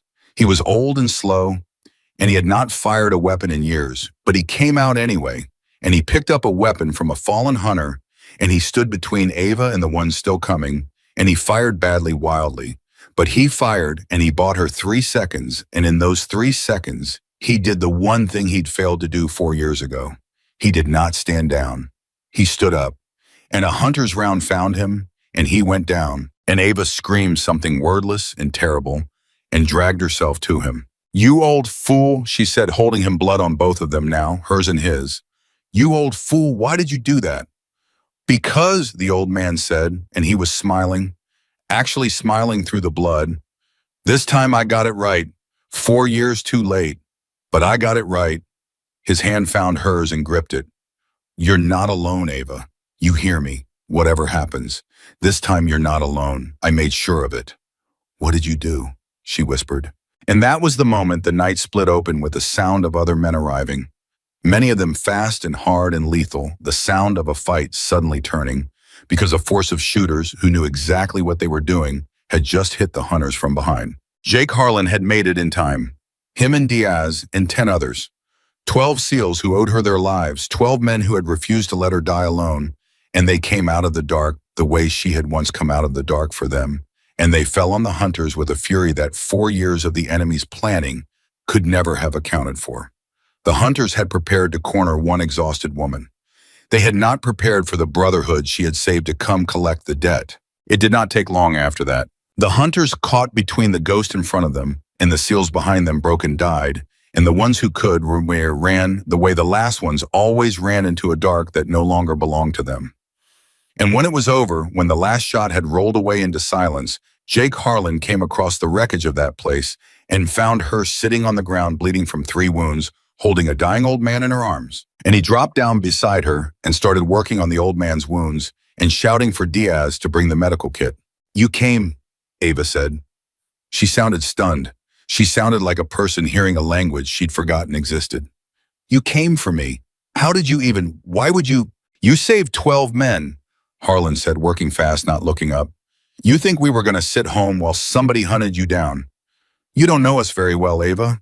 Nobody who saves my whole team dies alone on my watch. Nobody. He glanced at her, at the wounds, at the exhaustion carved into her face. You're going to be okay. You hear me? All 3 wounds, they're bad, but they're not going to kill you, not with us here. And him, he nodded at the old man. He's holding on. Diaz is good with this. We got you, both of you. We got you. The old man's eyes found Ava's, and he was still smiling, weak now, but smiling.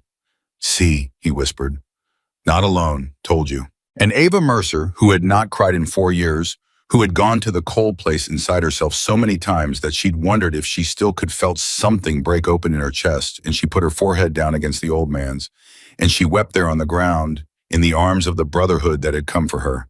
And it was not weakness, it was the thawing of 4 years of being alone. They both lived. It was a near thing for the old man closer than anyone liked, but Diaz was good, and the others got them out, and there were people in that quiet network of soldiers who protected their own, who made sure the right care reached the right places with no names in any file. And when the outside organization's price and the inside men's betrayal were quietly turned over in the weeks after to people, the old man still knew who could do something about it. The hunt for Ava Mercer ended not because she disappeared, but because the ones hunting her found themselves one by one exposed. The old man had been keeping records for 4 years. He had a great deal to say, and this time someone listened. Ava did not disappear again. That was the thing that surprised everyone in the end, most of all her. Because for 4 years she had believed that the only way to survive was to be no one, to belong to nothing, to leave nothing behind. She had refused Harlan's coin because she didn't belong to any team. She had said it plainly that morning at Ridgepoint, standing soaked in the gray light, "I don't belong to any team, I never have." But she'd been wrong, she just hadn't known it yet. Because a team is not the thing that gives you a coin. A team is the 12 men who come out of the dark to die beside you when the whole world has written you off. A team is the old man who finally stands up. A team is the people who refuse to let you be alone even when you've spent 4 years convinced that alone is all you get. And she had one now, whether she'd meant to or not, whether she belonged on paper or not, and it turned out that the thing they tried to take from her, the name, the home, the country, the right to exist, had been replaced by something they could never have given her in the first place. People who knew what she'd done and loved her for it. Months later, when she had healed, when the old man had healed, Jake Harlan found her one more time, and he held out the coin again.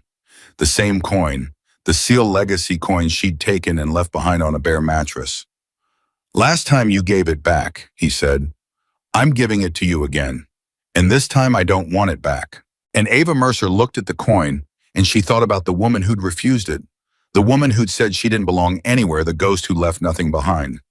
And she understood that she wasn't that woman anymore. That woman had died on the ground in a small town at the edge of nowhere, and someone new had gotten up, someone who had a team, someone who was tired of being alone and had finally decided to stop. She took the coin, and this time she kept it. No medals were ever given. No report ever fully explained what happened in the valley or in the small town or in the 4 years between. No official record confirms that a woman named Ava Mercer ever existed, and to this day, if you pull the file, it will tell you she died a hero 4 years before she saved 12 men from a jungle valley. On paper, she is a ghost. On paper, she was never there at all.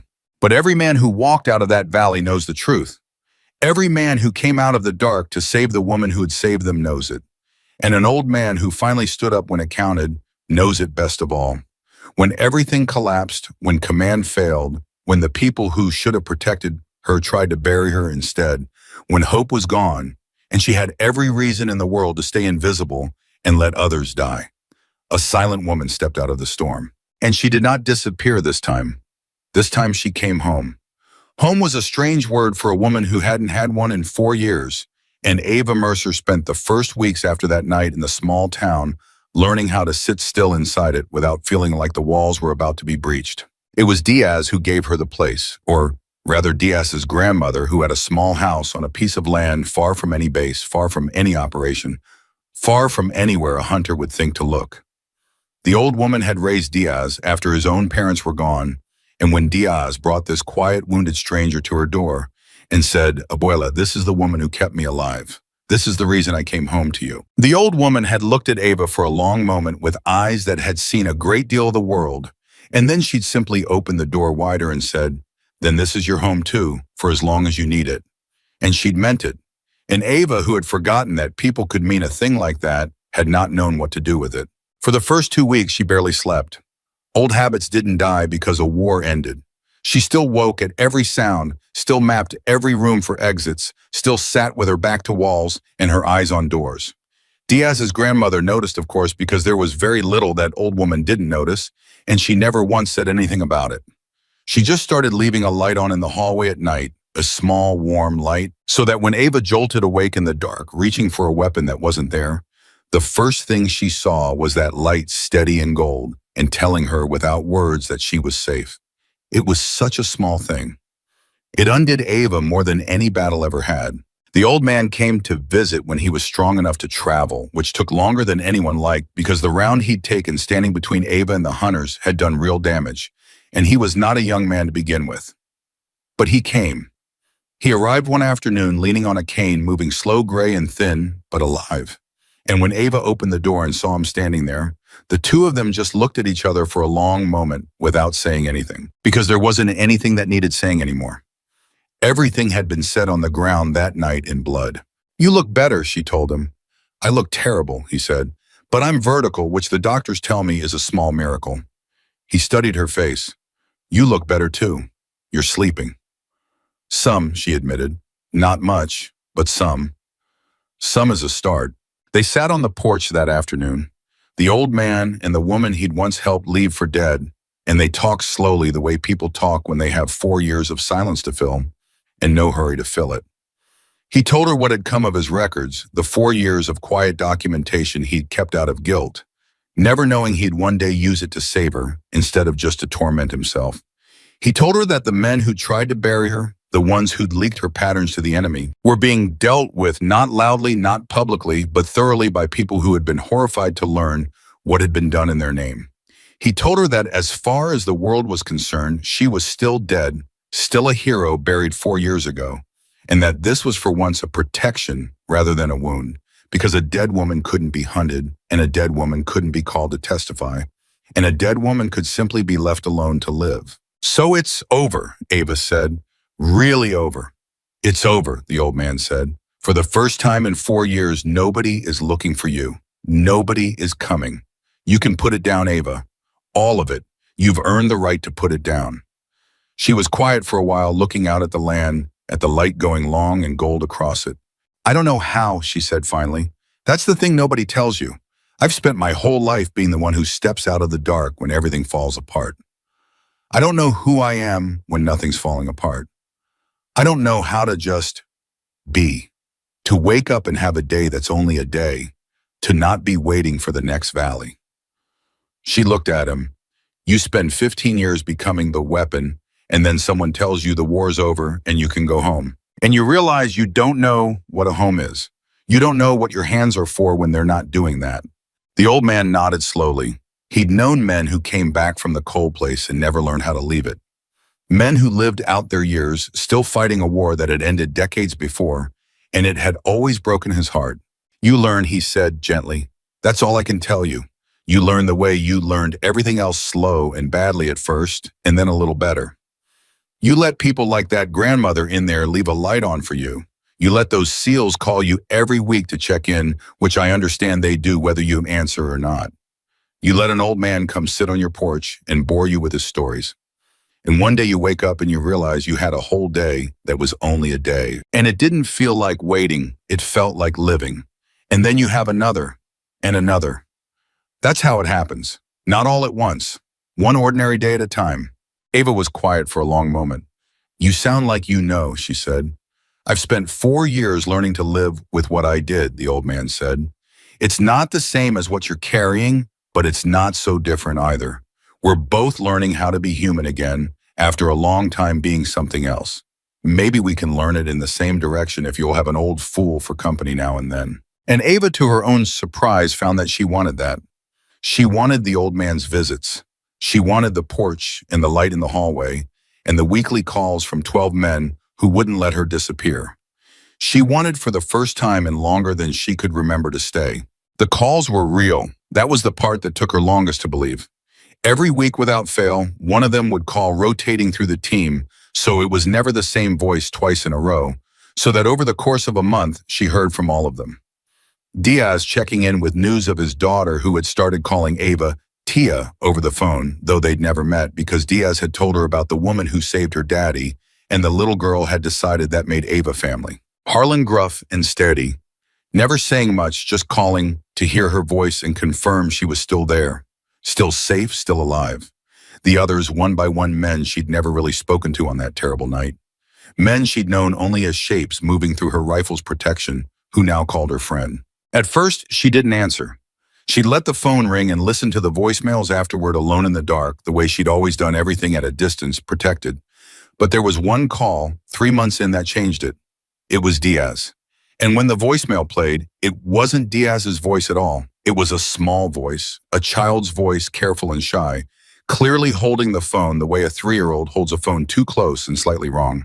Tia Ava, the little voice said. Papa says you keep people safe. Papa says you kept him safe so he could come home to me. I wanted to say thank you, and I made you a picture. Papa is going to send it. It's you. You have a cape because Papa says you're a hero. Okay, bye. I love you. Ava sat in the dark and listened to that voicemail 7 times. And the next week when the phone rang, she answered it. The picture arrived a few days later, folded into an envelope with no return address, forwarded through the quiet network that protected them all. It was exactly what the little girl had described. A stick figure with long hair and a triangle for a body standing under a lopsided crayon sun, wearing a cape that was mostly red and slightly outside the line. Underneath, in the shaky letters of a child just learning to write with help from her father, where the harder words got too big, it said, "For Tia Ava, you kept my papa safe, thank you." Ava put it on the refrigerator in Diaz's grandmother's kitchen, held there with a magnet shaped like a lemon, and every morning when she came down for coffee, it was the first thing she saw. A child's drawing of a woman with a cape. It did something to her that 4 years of surviving had not been able to do. It made her feel for the first time that the cost of surfacing in that valley, the target on her back, the near death in that small town, all of it had bought something real. A little girl had her father, and the little girl knew Ava's name and put a cape on her and loved her sight unseen for keeping her papa safe. That was worth a life. That was worth all of it. The seasons turn the way they do, even for people who've forgotten how to notice, and Ava Mercer began slowly, badly, and then a little better to build the things she'd never had. She learned the land around Diaz's grandmother's house.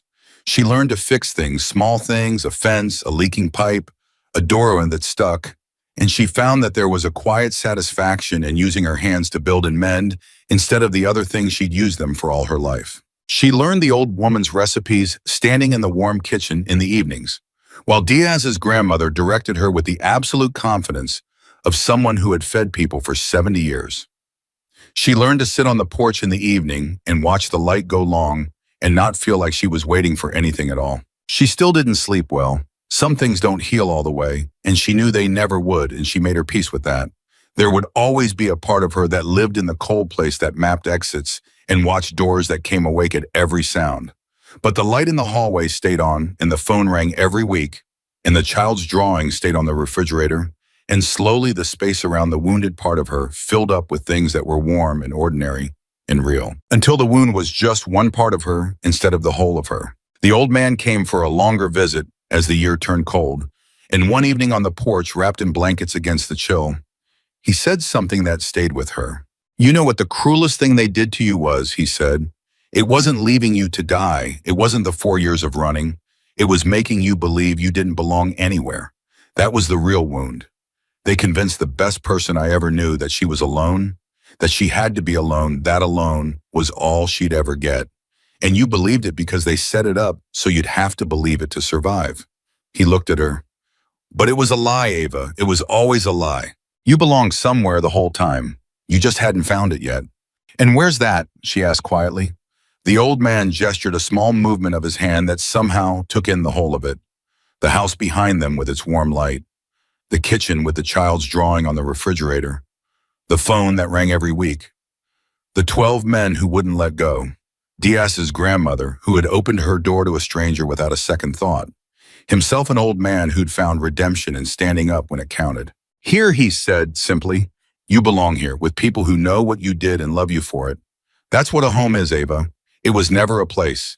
It was always the people who won't let you be alone. And you have those now. You have more of them than most people get in a whole lifetime. You just had to survive long enough to find them." Ava was quiet for a long time, looking out at the dark land and the stars coming out over it. "I spent 4 years," she said finally, "believing I'd die alone in some place with no name and that it wouldn't matter, that there'd be no one to know or care. and I made my peace with that. I decided that was the deal, that was what my life was, and I stopped hoping for anything else. She turned to look at the old man. And then 12 men I barely knew came out of the dark to die beside me. And a little girl put a cape on me and called me family. And an old woman left a light on in the hallway. Her voice caught just slightly. I don't know what I did to deserve any of it. You saved 12 men who were going to die, the old man said. You painted a target on your own back to do it knowing what it would cost. That's what you did to deserve it. But that's not really how it works, Ava. People don't love you because you earned it. That grandmother in there doesn't have a ledger. Those seals aren't paying off a debt. They love you because of who you are all the way to the bottom. The thing they couldn't take from you, remember, the thing that made you step out of the storm when you could have stayed safe. That's the thing people love. That's the thing that was always worth loving. You just never let anybody close enough to see it before. And Ava Mercer, the ghost, the weapon, the woman who had been made into something the world wasn't supposed to know was possible, sat on a porch in the cold with an old man wrapped in blankets, and she understood finally all the way through that the war was over. Not just the fighting, the other war, the longer one, the one inside her, the 4-year war against the belief that she was alone and always would be. That war was over too, and she had won it not with a rifle, not from the high ground in the dark, but by the simple, impossible act of letting people in. Spring came, and with it, a visit she hadn't expected. They all came, all 12 of them, plus Diaz's little girl, plus Cole and Coleman, who had started this whole thing by refusing to throw a quiet contractor out of a command tent.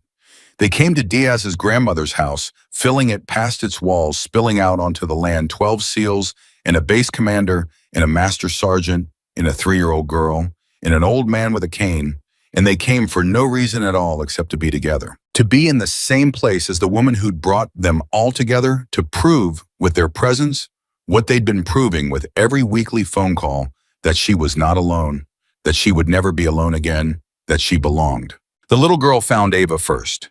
She came running across the yard, this small, serious child who had decided a long time ago over the phone that Ava was hers, and she stopped in front of her and looked up with Diaz's steady eyes, and she said, "Are you Tia Ava with the cape?"